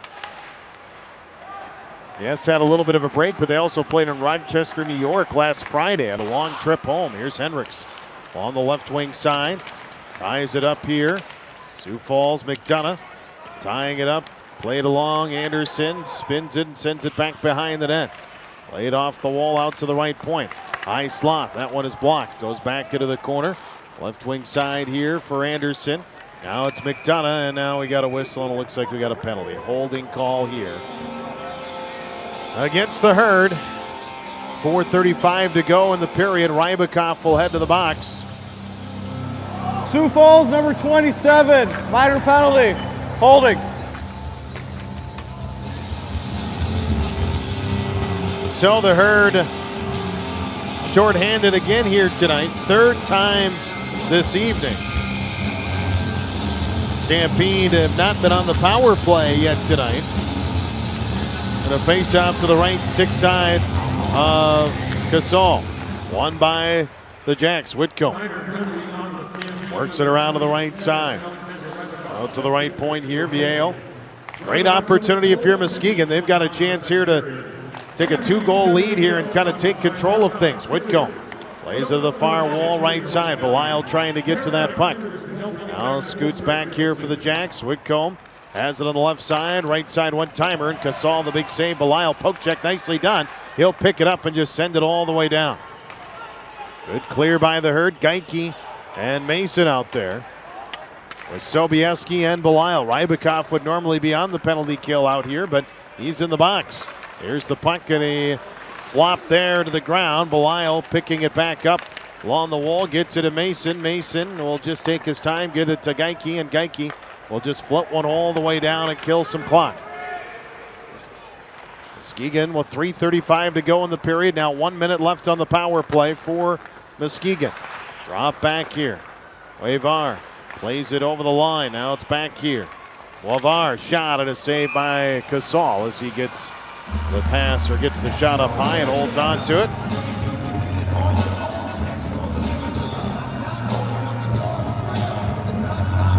Face off here coming to the left of the goaltender, Casal.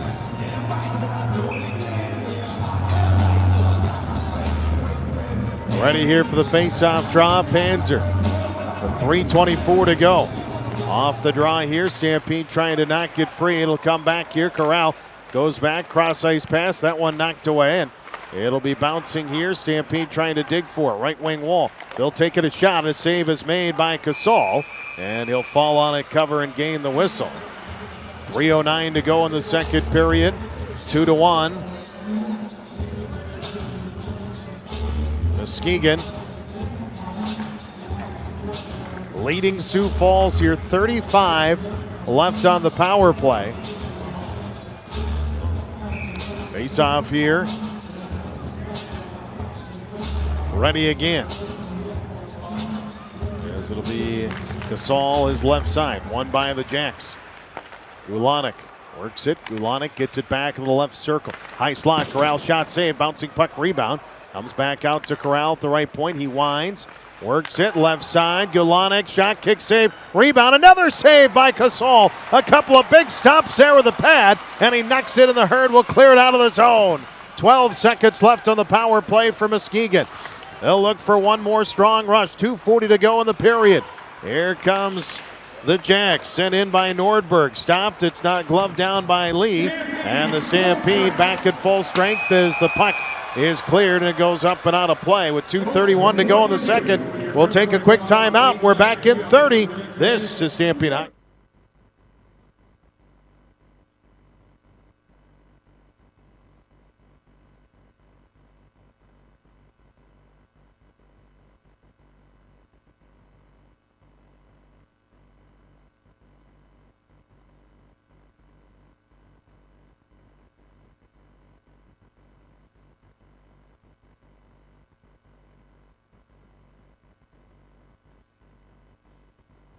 one.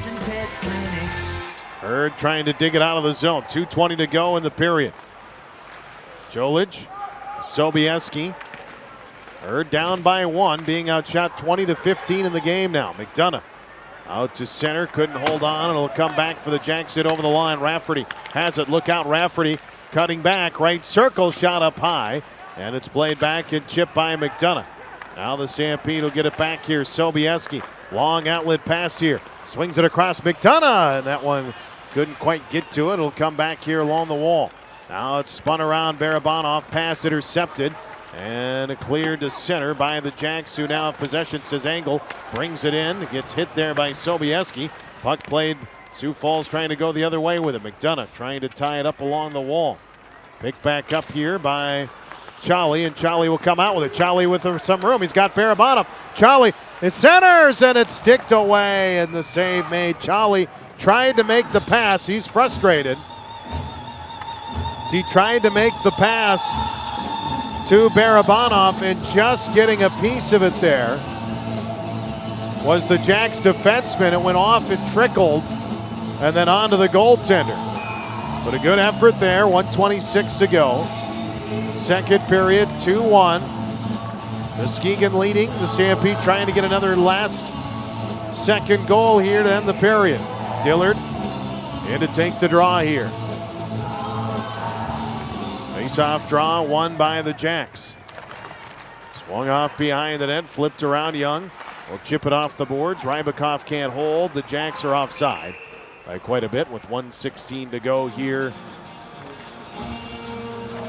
Our Innovative Office Solutions second intermission report coming up. We'll get you everything you need to know. Get a Fox News update, some scores. All coming up here during the intermission report. And now what happened here off the face-off. Reed got tangled up. A Muskegon player went down. I didn't even, looking down at some stats here, and I didn't see what happened. I think we've got a penalty against Sioux Falls. And it's Barabanov. Let's listen in. Sioux Falls, number 11, minor penalty, unsportsmanlike conduct. So a 2-minute unsportsmanlike. It was off the face-off as he was getting position. He got a stick underneath the Muskegon player and took him down. And these are the penalties the Stampede cannot keep taking. They're 3 for 3 on the kill, but you're already down 2-1. And now you've put yourself in a tough spot here. As Muskegon gets another one here, especially before the end of the period, and now they can take a 2-goal lead into the locker room. That's a big difference.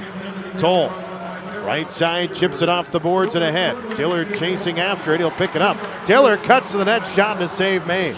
Lane got the pad down to make that stop. It'll be played here with 1 minute to go in the period. They'll drop it back with the Jacks. Working it over the line, poke checked away. Panzer picking up the loose puck, shorthanded, kicks it to a stick. Panzer breaks in, he'll move in, he shoots, and a save is made. He tried to go 5-hole, but he was denied. And now he gets tangled up after the whistle. Lane with the nice save. Great play by Panzer to make it happen shorthanded. But Lane was able to knock it free. Kicks it to a stick.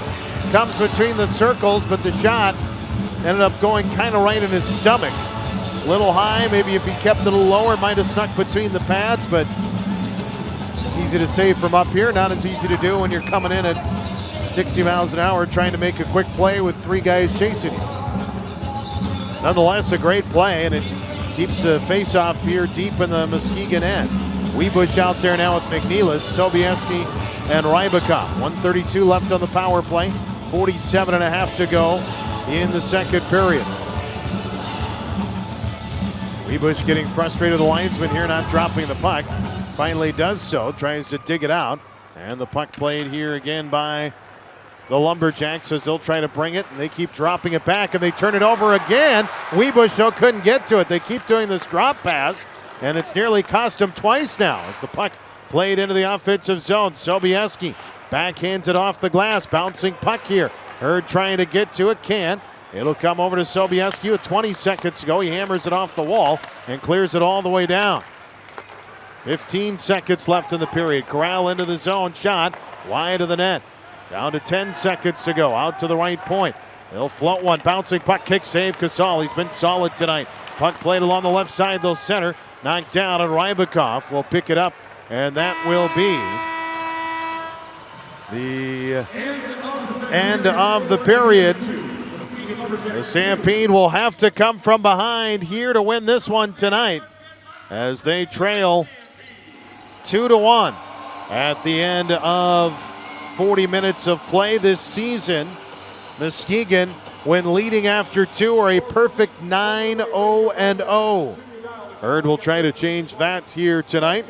Meanwhile, the Herd this season are 2-8-1 when trailing after 2. So obviously not a great record, but they have won a couple of games when trailing here after 2. They'll try and do it. It's just a 1-goal deficit. They will have 44 seconds of penalty time, of which to try and kill off here after the period. I should say after the intermission has expired and we come back out for the third period. So the Stampede will have that to work with coming up here shortly. We get our Innovative Office Solutions second intermission report all ready for you here tonight. We have our second intermission report coming up. Just a moment. We'll take a brief timeout, hear from some of our partners that support Stampede Hockey in this broadcast, so that's coming up. Then after the timeout, we'll get a Fox News update, latest headlines from around the country and the world from our friends from Fox News. So that is on the horizon as well. And then after that, it'll be the Dan Lund Show. Once again, a Scoreboard Central, latest scores from around the USHL, the National Hockey League, and college hockey as well. Plus, probably, I'm guessing, Dan's football picks. He will get you in for NFL Sunday, although he's kind of cranky now. Now he's not a Vikings fan again unless they win. It's kind of how Dan is with the Vikings, but he'll end up being a fan again. So I don't, maybe he'll do picks, maybe he won't. It'll be a game time decision. We'll see here during the intermission report, and then we'll come back here for the Sioux Nation Pet Clinic second period scoring recap. Here at the end of 2, it's Muskegon 2, Sioux Falls 1. Our Innovative Office Solutions intermission report ahead.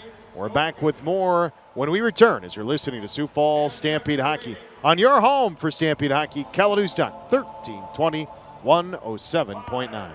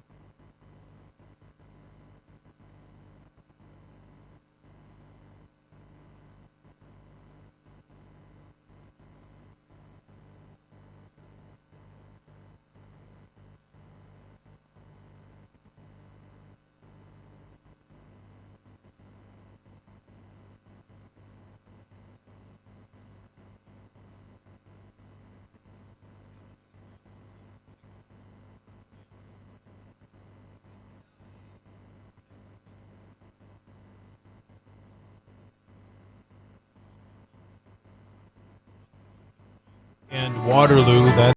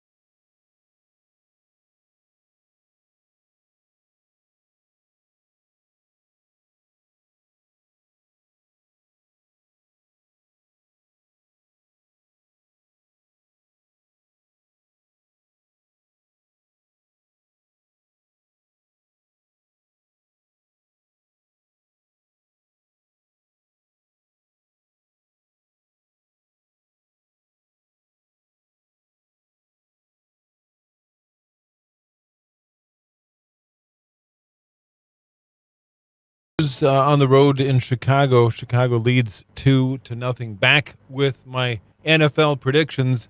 Momentarily, you're listening to Stampede Hockey on Kello News Talk 1320 107.9. At Buff City Soap, we're on a mission to create handmade products that are free of harsh ingredients and full of nourishing plant-based goodies to make your skin happy. All Buff City Soap products are made fresh daily with ingredients you can pronounce. Plus, you can get any products with any of our signature scents. Join us at our newest location, now open in Sioux Falls, next to Chick-fil-A. Just follow your nose to Buff City Soap. Once you go Buff, you'll never go back. Visit buffcitysoap.com for more info. Are you looking to amplify productivity wherever you're working? From cleaning and facility supplies to furniture and design and everything in between, Innovative Office Solutions is here to make sure you have all the essentials you need to stay productive. Order online and get items delivered right to your door when you need it. Go to innovativeos.com to get started today. Innovative Office Solutions is the hometown provider of office essentials and branded apparel for the Sioux Falls Stampede. Are you all in? Is it the competition that keeps bringing you back? The long-standing rivalries? Or is it seeing friends again and cheering on your favorite team?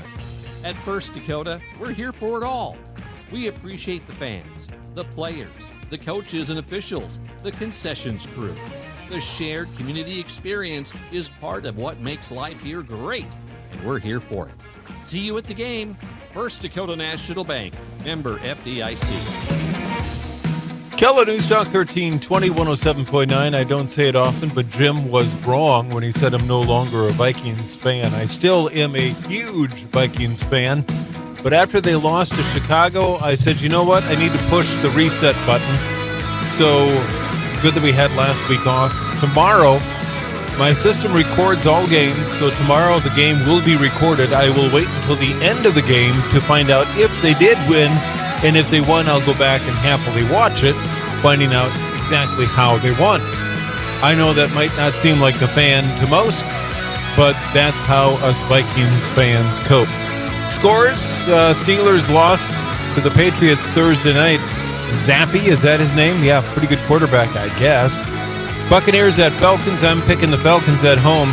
The Bears hosting the Lions. Unfortunately, the Lions will go down. The Bears are on a winning streak. Colts and the Bengals. I think the Colts will upset the Bengals in Cincinnati. The Browns hosting the Jags, and the Browns will win that game.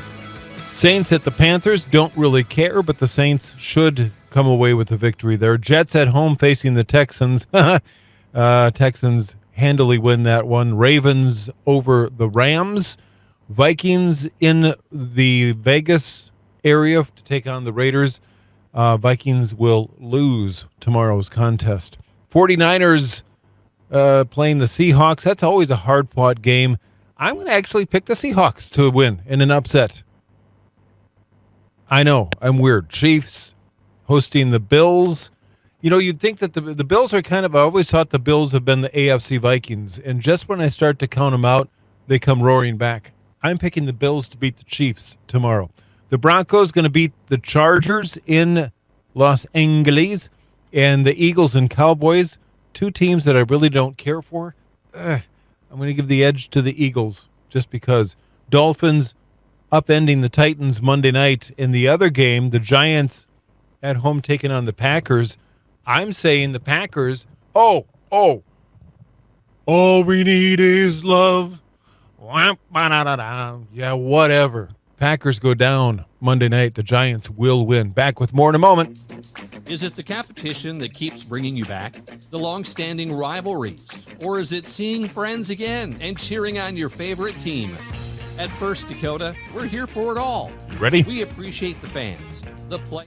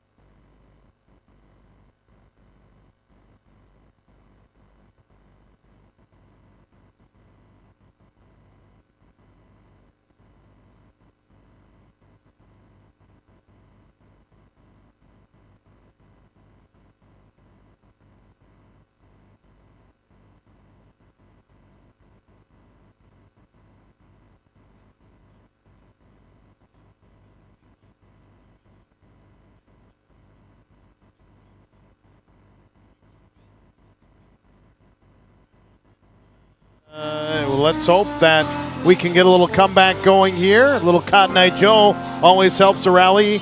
We'll maybe need a rally caps a little earlier than normal, but the Sur down but just by one. Sioux Falls, a 2-1 deficit here against the Lumberjacks, who again still on the power play and will be so for another 44 seconds as we start the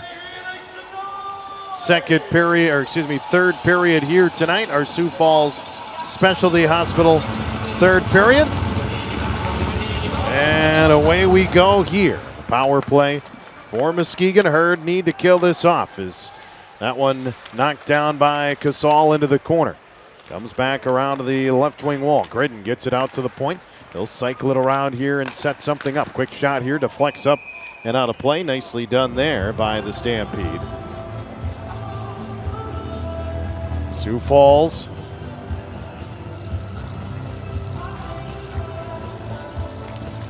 trying to come from behind here. We talk about how difficult it is to beat those teams on back-to-back nights. This has been an entertaining game.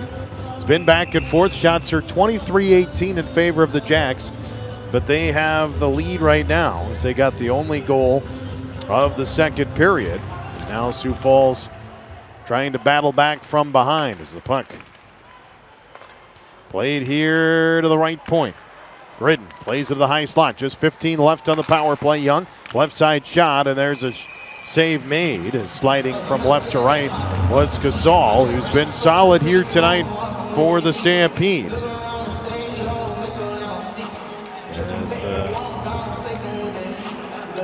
Hurd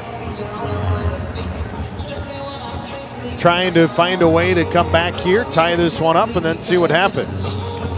Hurd won the first game last night 5-3. Muskegon, they after winning 4 straight, have lost back-to-back games. They're trying to avoid a 3-game slide. And, you know, when you go on the road, we've talked about it a lot. You have these weekend series. If you're the road team, you're just trying to get a split. So they win tonight. They're feeling pretty good about themselves. 7 seconds left on the power play. They'll work it around. Shot saved by Casal. Final seconds ticking off. Toll ties it up. Penalty expires as a Hurd get it out of the zone. 4 for 4 on the penalty kill. Hurd have yet to get a power play opportunity tonight. Now Dillard trying to get to it. Swung around here on the right side to Reed. Reed drops it back. Has it, and that puck is poke checked away, and ahead they come. Waver brings it here into the offensive end. Shot was wide. Rebound chopped off the boards. Arabanov trying to clear it out. The puck is played by Dillard. That one's knocked down, and now Coring will play it up the right side and flip it all the way in.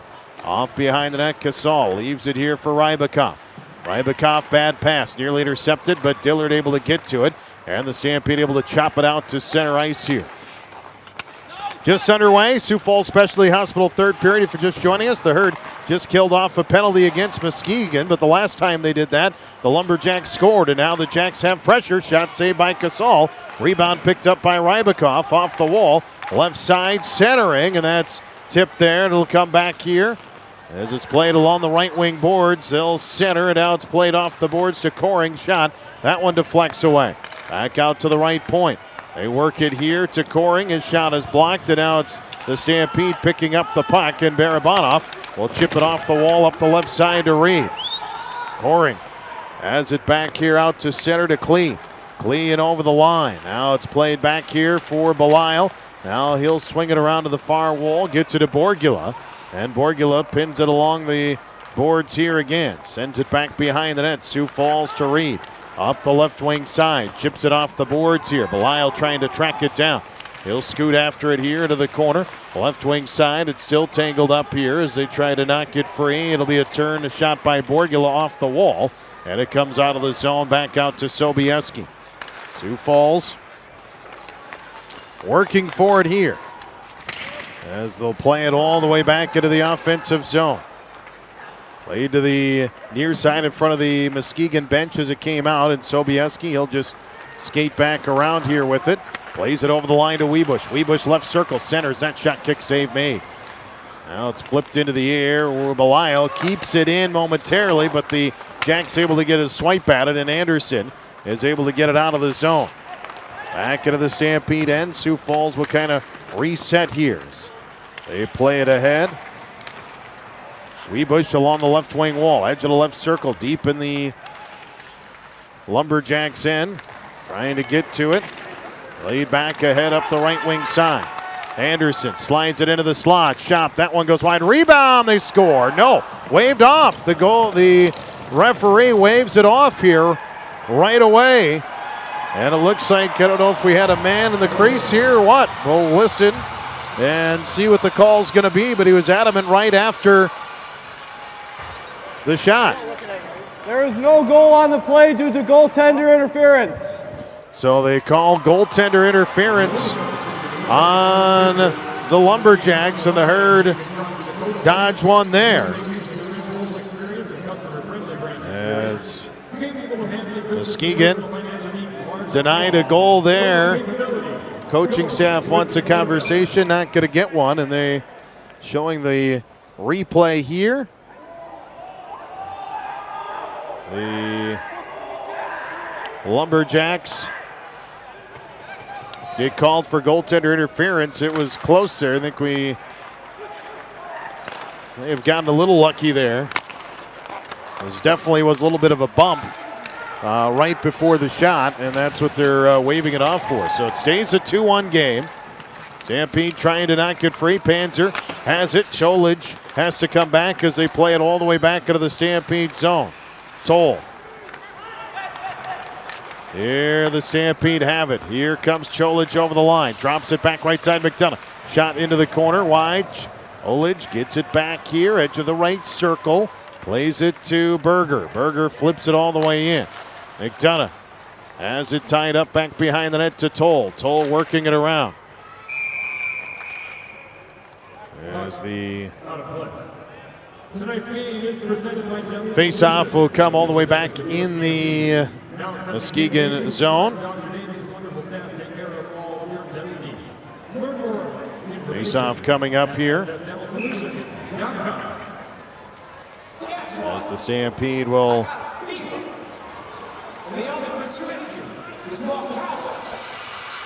face-off here. Mason in a tank to draw. Sends it along the wall. Into the far corner here, trying to pick it back up.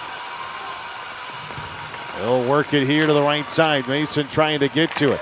Had that one knocked off the boards, and now it's played back here to Rybakov. Rybakov sends it all the way in, takes a big bounce. Schumacher comes in, and the save is made. As Schumacher had a perfect bounce, had the opportunity there, but a save was made by Lane with 15:22 to go here. And the Stampede A face-off coming up here deep in the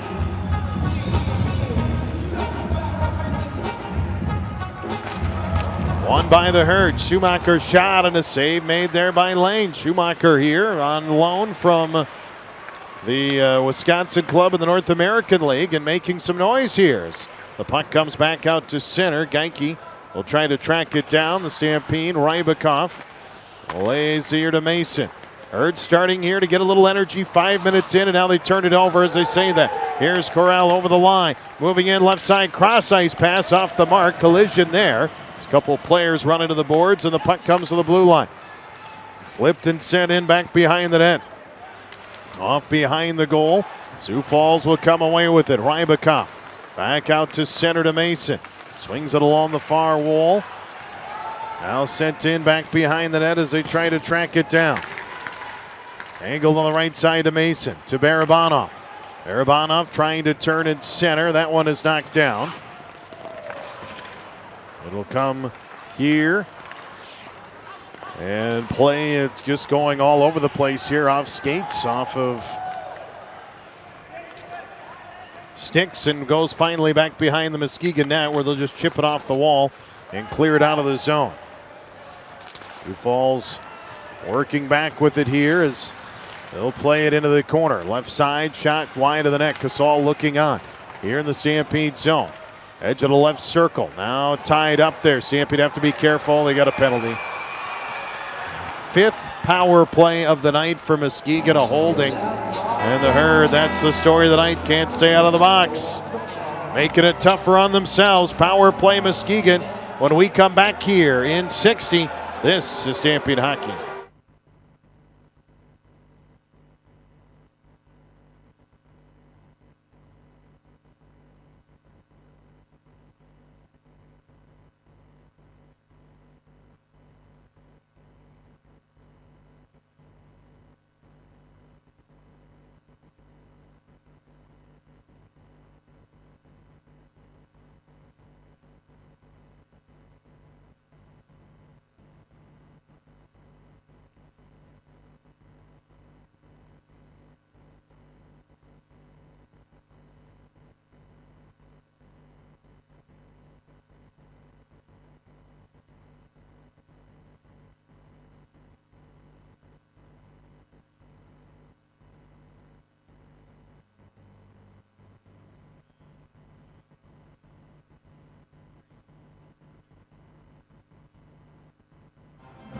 So the Herd on the penalty kill, 13:50 to go.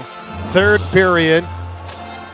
And Sobieski, he just got his hand up there too high and got wrapped around his neck there of Solove. And this is the 5th power play of the night now for the Lumberjacks as the Stampede cannot continue to give them these opportunities. Now they have had some shorthanded chances, and Panzer's one of them here. Is putting the pressure on as it goes all the way back into the Stampede zone. Now Dillard centers in the slot for Panzer. Shorthanded, Stampede controlling the puck, and they'll play it back here. And they have a little trouble in their own zone though. Now it comes free. Panzer again up the left wing side. Got some room here. He'll just dump it in on net. Lane makes the glove save and holds on. And gains the whistle. 13:11 to go in the hockey game. 1:21 left on the power play. Sioux Falls has yet to get a power play chance tonight. 5 power plays for the Lumberjacks. Mason in to take the draw here.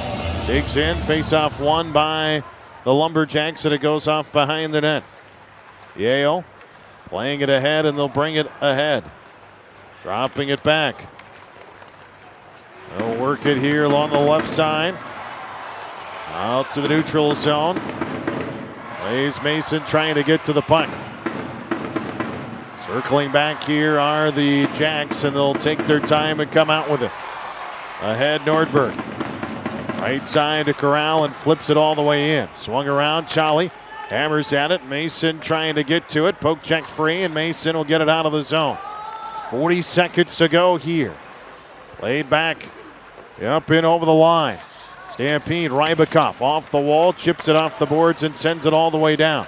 Klee will give chase after it. Goes back behind his own net here and flipped to the far wall. Played back, Solove. Wide to the right side, cuts in front, shot save. Oh, nicely done there and hit the side of the net. And then diving across to get his glove down was Casol. Hurd can't clear though, 12 on the power play. Klee, backdoor pass just off the mark.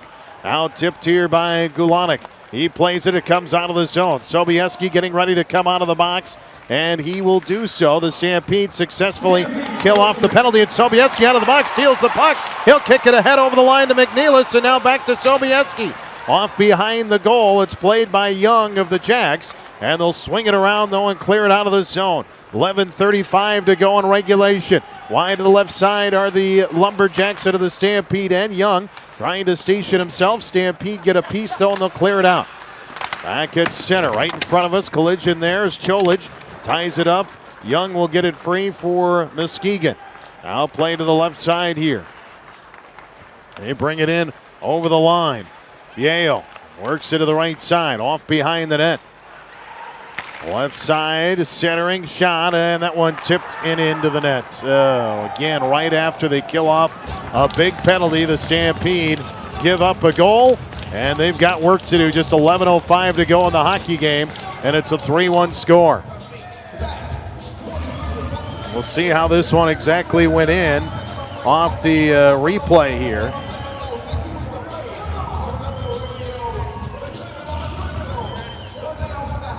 With 11:05 to go.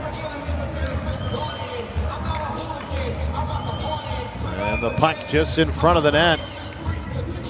Nope, just got batted in. Nicely done. Hendricks just batted it. I thought it might have went off his hand, but it definitely went off his stick and in. And Hendricks gets the goal, and Sioux Falls now down 3-1. 11:05 to go here in the third.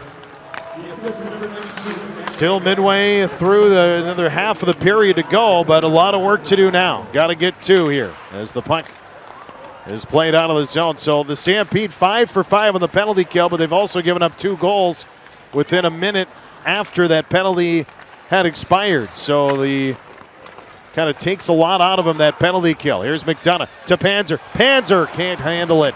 Goes back behind the net to McDonough. McDonough pinned along the boards. Berger coming over trying to help. Now the puck here tangled up. Berger trying to win the battle. Has it on the left side. Flips it behind the nest. A coin will get here. Goes off the skate of Panzer. It's flipped around by Muskegon. And the Jacks are there. It's Spitzangle, but it's knocked away by Panzer. Centers in the slot. Berger's all alone. Forehand. He's stuffed. Got stuffed by the goaltender. Lane got his right pad and stuffed him.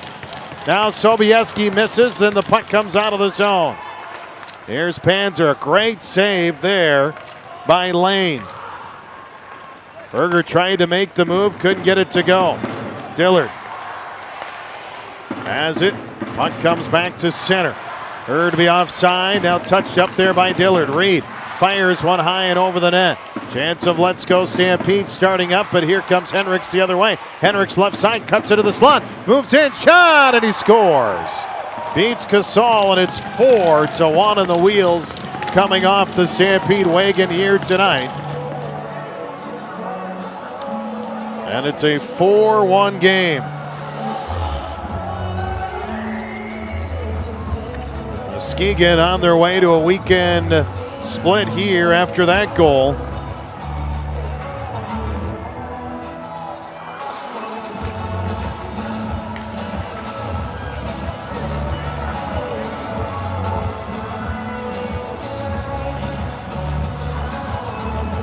So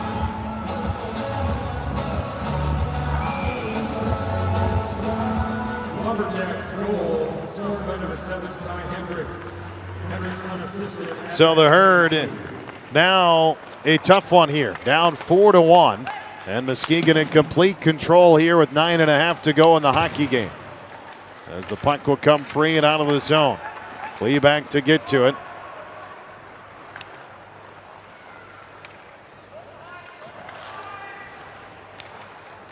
So the Herd just not enough right now here in the tank. You got to score more than one goal, and how quickly a game changes, right? Berger was on the doorstep there. He got stuffed by Lane. He scores, and it's a 1-goal game, and you're right back in it.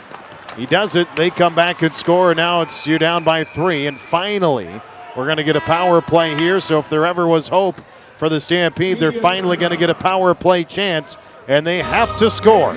Down 4-1. We'll see if they can do it. We come back. We're back at 60. This is Stampede Hockey.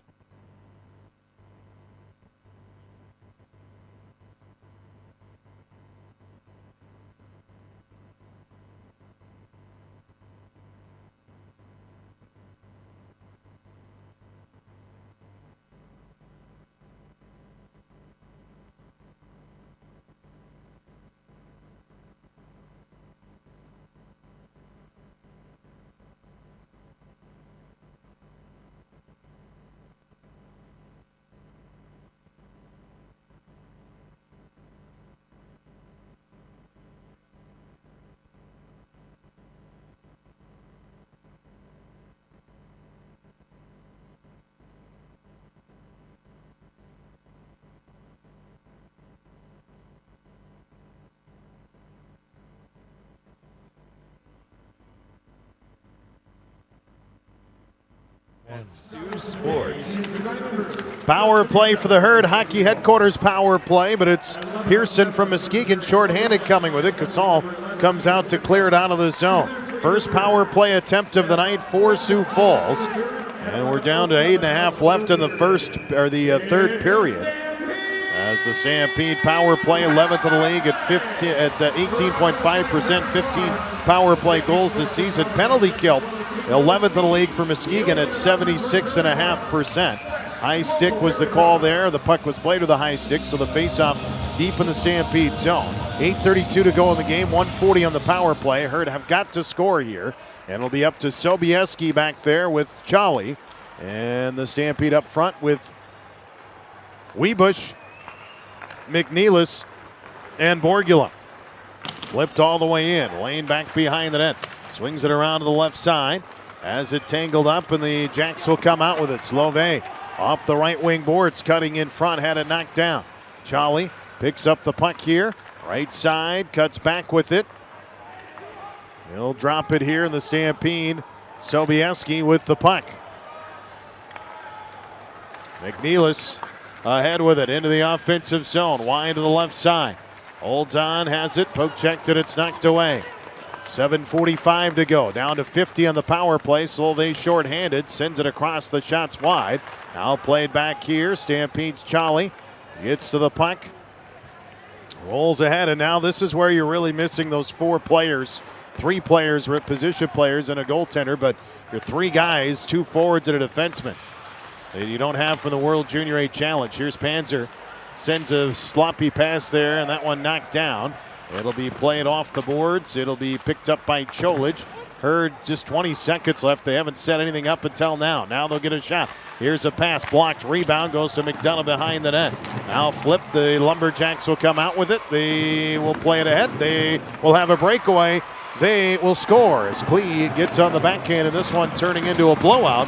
A shorthanded goal against for the Herd, and a 5-1 lead for Muskegon with 7 seconds left on the Stampede power play, and now 7 minutes to go here in this game.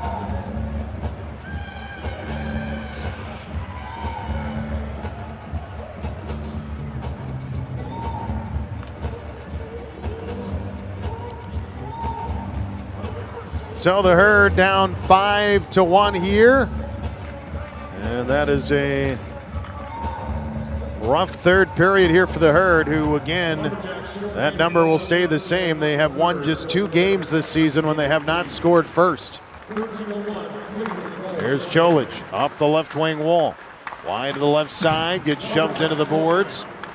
Penalty expires, nothing on that power play except giving up a shorthanded goal. And the Herd really look tired and lethargic out there now, and obviously it's hard when you're down 5-1 to get going, but they got to do something here. John Varia plays it ahead, goes back to Cholich, back to John Varia. 6:25 and counting to go.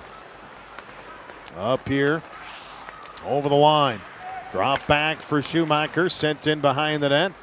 Swept around to the right side. Mason trying to knock it free. Gets it back. Stampede have it. They'll backhand a shot and a glove save is made with 6:10 to go in the third. Face-off draw here, deep in the Stampede zone. Let's, while we have a moment, let's check other scores. See if we have anything that makes us feel better about ourselves tonight. Green Bay over Chicago 5-2. In the third period, late in that one. Lincoln looks like they might take game 2 of their weekend series against Fargo. They lead 4-2. Stars started to play some good hockey. Des Moines and Waterloo are tied 2-2. Omaha leading Sioux City 4-2 in the third period. As the face-off coming up again, 6:07 to go. 5-1 in the Herd, who were close. I think Casal, the goaltender, actually has played very well tonight. You can't really blame him here in the third. There's been a lot of defensive lapses here. And again, you got to score more than a goal. We've had a couple chances in this period, but you've got to bury them. And the Herd unable to do that tonight. Shots have been pretty even, 29-24, but Muskegon has kind of controlled play here for much of the second half of the game, and especially here in the third. 2 goals tonight for Ty Hendricks, a goal and an assist for Hunter Anderson in this game for the Lumberjacks. Stampede have just 1 goal tonight from J.J. Wiebusch as the puck sent in. Off behind the net. Played as the Herd tie it up with 5:20 and counting to go in the third. They'll work it along the wall. Young fires one. This one knocked down. Played back ahead. Stampede send it in. Schumacher and a glove save made with 5:08 to go in the third. And Sioux Falls will try to regroup, and they've got a tough battle ahead of themselves. Next weekend, Fargo for a home and home against the team, the best team in the USHL.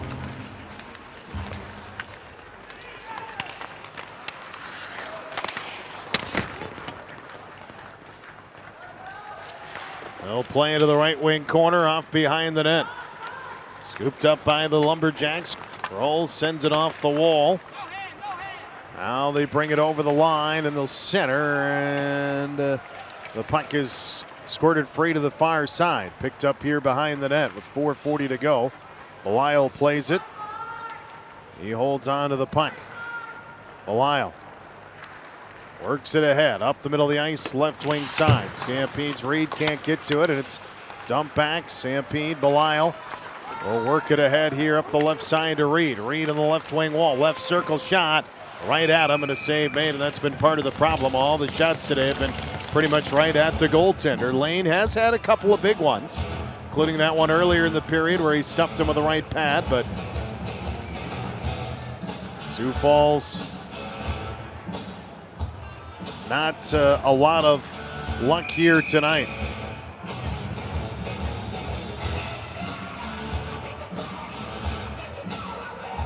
As the Herd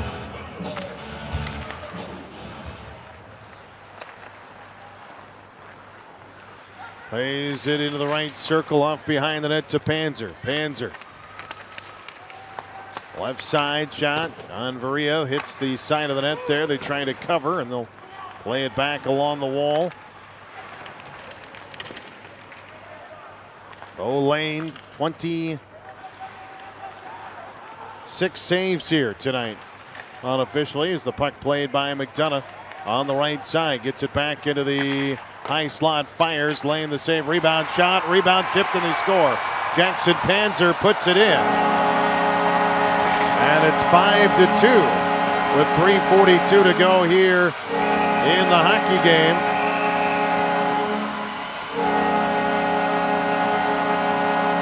As they battle for that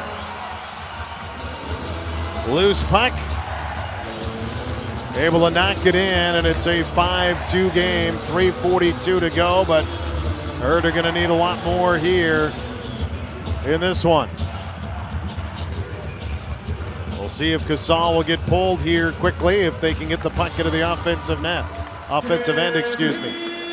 Here's Coring, sends it along the right wing wall and flips it all the way down. Charlie back behind the net, sends it around to the left side. That puck is picked off, and the Stampede will bring it out. Ahead they come here, up the left wing boards. Now it's Borgula towards the net, shot and a save, and there goes Casal. And the Stampede will pull the goaltender with 3:21 to go in the hockey game, trailing 5-2.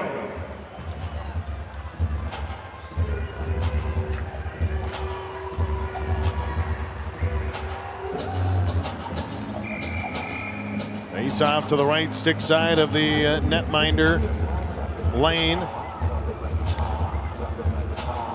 Borgula out to take the draw here. Off the draw here, one.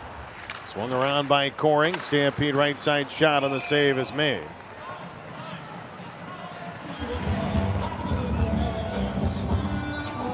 Panzer getting that goal for Sioux Falls, so Wiebusch and Panzer with goals tonight.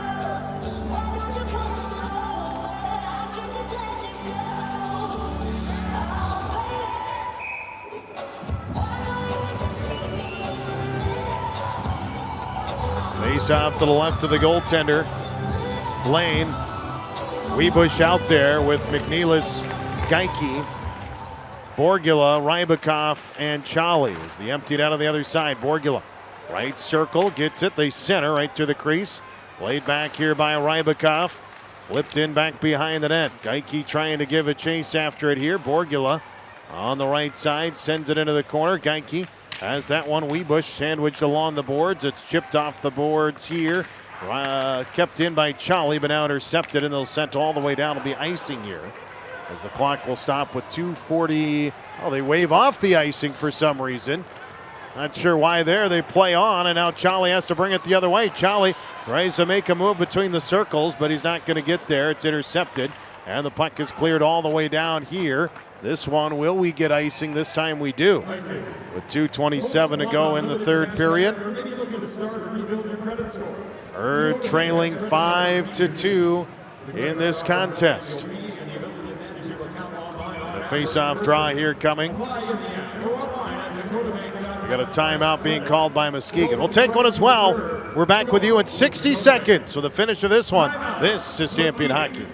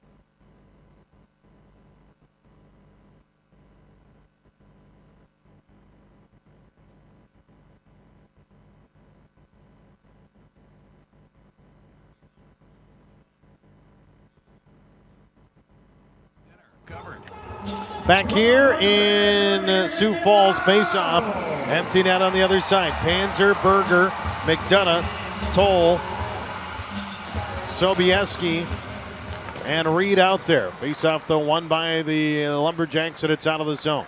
Here's Sobieski, flipping it and sending it in. Takes a weird bounce, bounces here to the corner.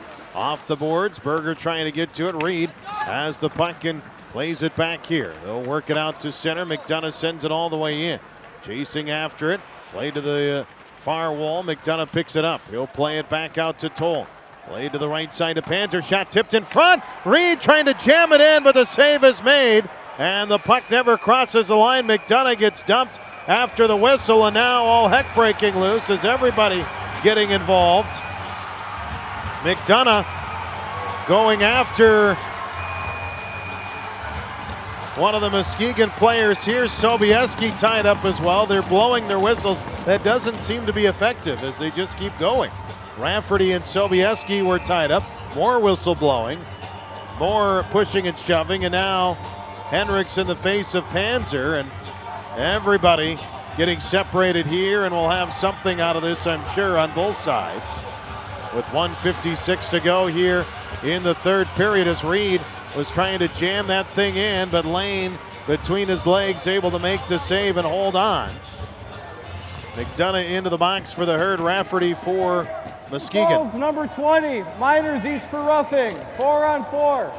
So it'll be 4-on-4. The Herd will make it 5-on-4. That'll actually be to the Stampede's advantage here. The goaltender pulled, have more room to work with here. But I think the faceoff will likely come out of the zone because of the extracurriculars. And Sioux Falls need 3 here in the last 2 minutes to tie the game. McNeilis comes out with Webush, Belisle, Borgula, and Cholich. Empty net on the other end. McNeilis digging in. Won by the Jacks. They'll fire it to the empty net, and they score. And this one will be officially over. 6-2 with 1:51 to go in the third. And a real bummer here tonight.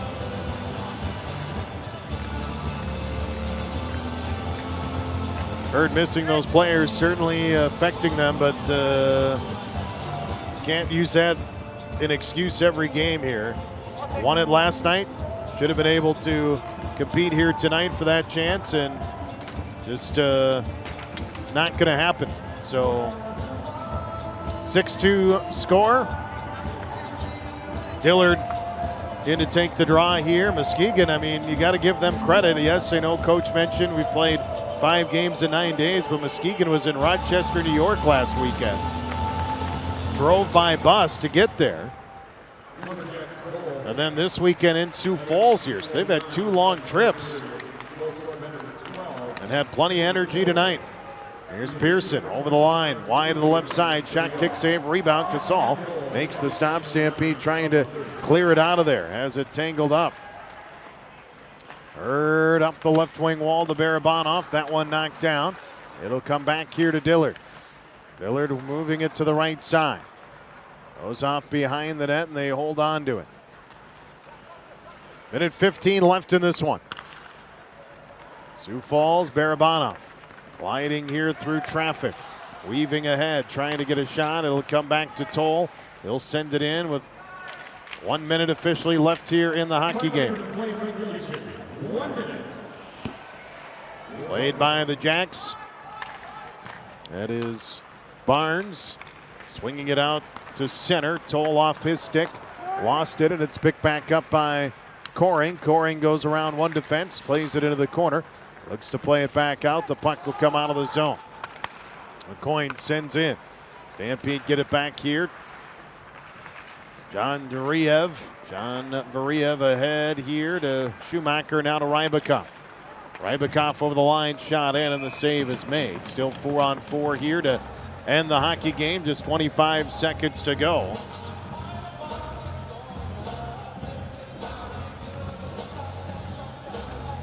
And the face-off here.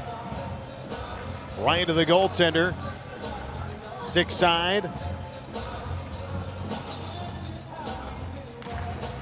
Mason swung around to the far wall. Charlie. Here's Mason. Gets it here to Charlie. Off behind the net. Centers. 12 seconds to go. It's picked up by the Jackson. Back out to center. And wide to the right side here. And sent all the way in. And poke checked away. Swung around. Rybakov gets there. And that will do the hockey game. It's a weekend split between the Stampede and the Lumberjacks, as first career win for Bo Lane in between the pipes. And a 6-2 6-2 final score here tonight. The Lumberjacks over the Sioux Falls Stampede. The Herd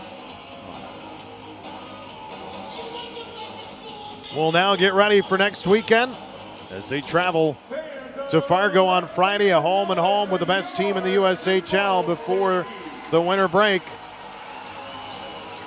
The Herd fall on home ice here tonight, 6-2.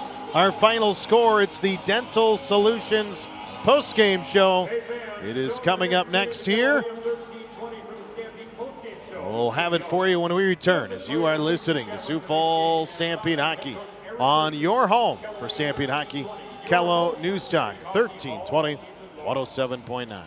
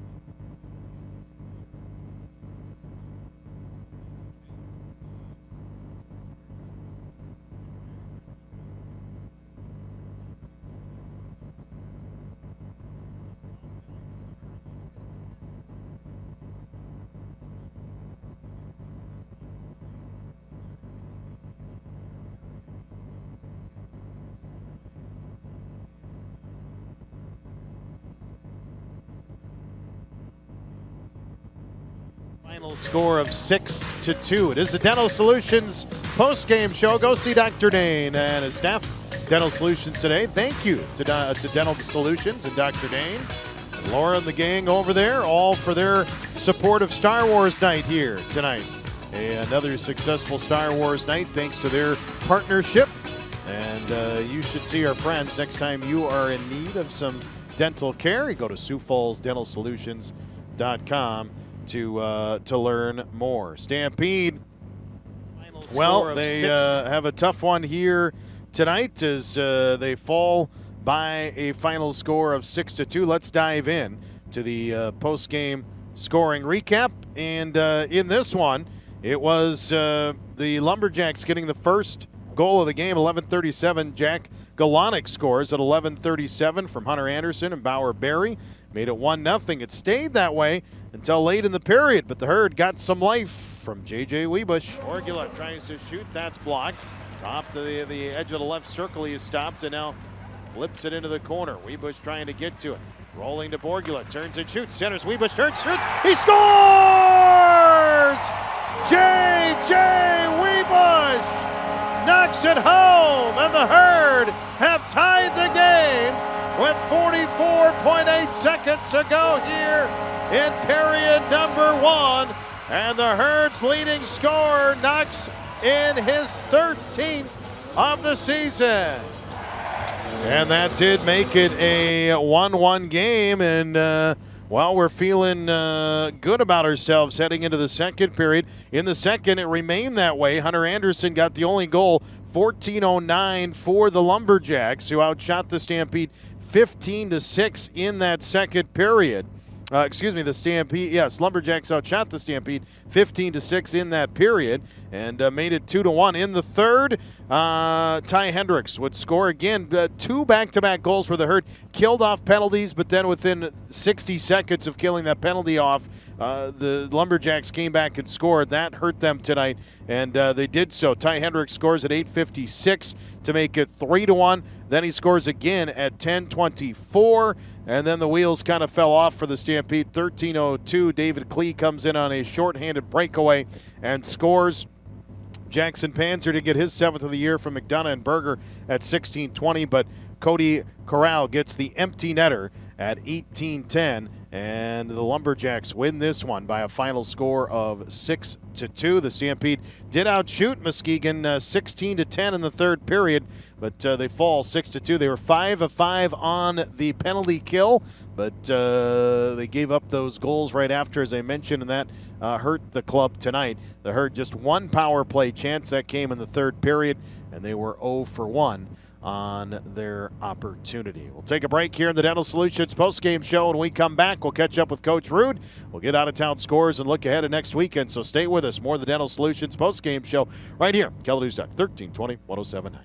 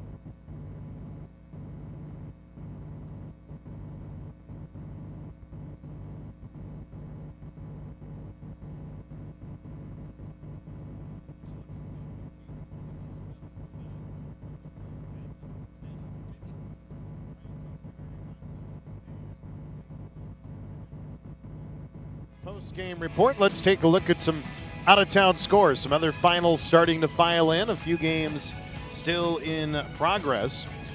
Green Bay over Chicago tonight rather easily, 6-2. They beat the Steel on the road. Lincoln, the Stars, they've been playing better of late. They beat Fargo tonight. Just the Force's third regulation loss all year.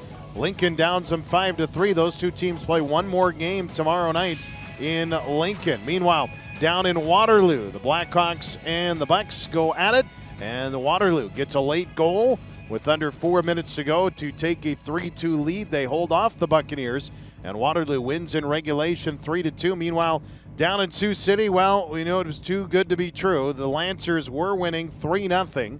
Also had a 4-3 lead, but Sioux City scored with 90 seconds remaining to tie the game, and that game is now in overtime. Sioux City and Omaha tied at 4, so the Herd will fall further behind the Musketeers for second place in the West.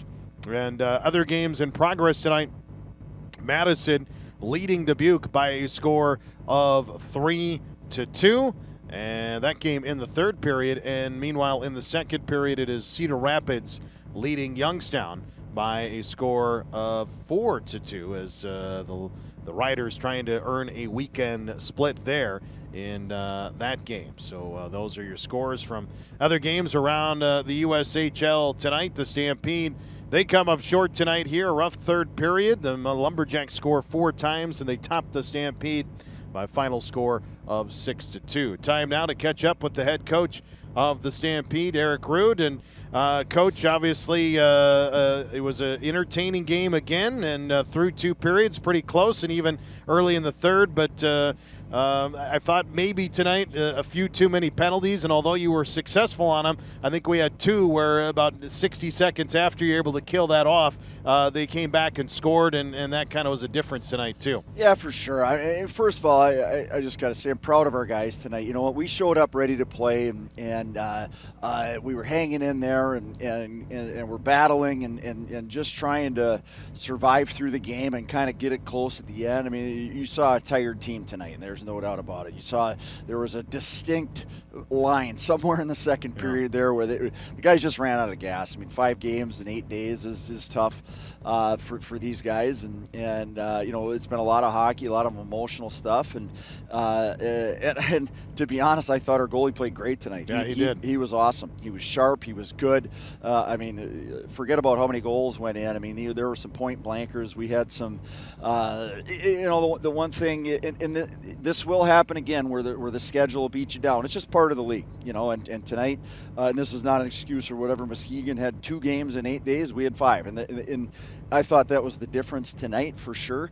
But what happened is when we got tired, it was the mental errors. It was, and that's the thing we tried to talk about before this morning is when when you feel that you got to get simpler, and we tended to complicate things, because we were down a goal or 2 or whatever, and tried to complicate things instead of going simpler. When you're a little tired and you're out of gas, you got to play the rope-a-dope game a little bit. You got to get pucks deep. You can't mess around with it. Too many turnovers.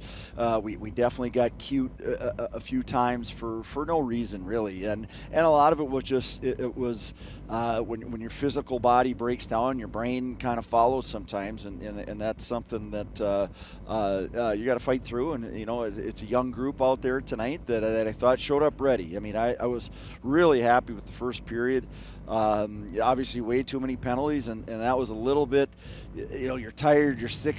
There was a couple of those that were tired ones and a couple dumb ones. Let's just face it, that you can't have in a game like this. So those are lessons we have to learn, and really have to simplify your game in these situations. Well, I mentioned it because I thought the penalty kill was actually good, really good. But again, when you take 5, it takes a toll, and guys get tired, and you're not always getting off right away, right when the penalty's over. And I thought that's kind of what happened. They kind of wore you down a little bit on the penalty kill. Did a good job of killing it off, but we just didn't quite have enough to maybe get it out of there, and then they used that extra energy to their advantage. There's no doubt about it. That built momentum for them and gave them a lot of offensive zone time, and you see it all the time. It is that next 30 seconds after the kill. If you can't get the right guys out there, 2 of those times we iced it, and we ended up with 3 defensemen on the ice. 2 different times where we had a full shift. It might have been 3, actually. And that's just, awareness late in the kill, knowing that there's, instead of icing it, maybe you chip it out or look to make a play. But you could tell our support just wasn't there. Everything was just a hair off from about halfway through the game.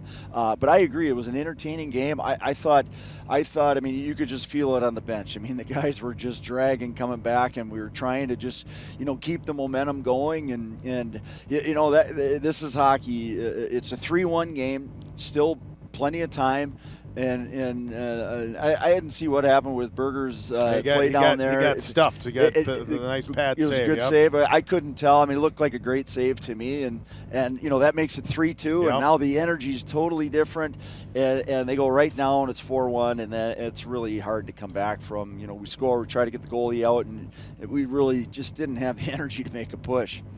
And the Herd come up short here tonight. Do get a split here against Muskegon. And now you will get some days off. You get some time here, have a full week to get ready. But again, you got 2 games left here, and I don't want to say to just get them over with because you're missing some guys, but because they're also important. Every game, yep. You look back at the end of the year, they're important. And you got to face Fargo, which if we had a pick of teams, it probably wouldn't be our top pick right before the winter break. Missing some guys, but it'll be a good challenge. What's going to be the key going into next weekend and trying to get some energy and hopefully some positive light, because I also know how you kind of play going into the break often affects how you're coming back, right? If you don't have a couple of good games, guys are kind of moping around and it's not kind of the same. When you play well, guys are real eager to get back too. No doubt about it. And we'll kind of hit the same playbook we hit a couple weeks ago when we headed off to Cedar Rapids and Waterloo. And, we have a nice full week of practice here. That'll be nice to get back. And Monday will be pretty light, that's for sure. We'll have to rest up some guys.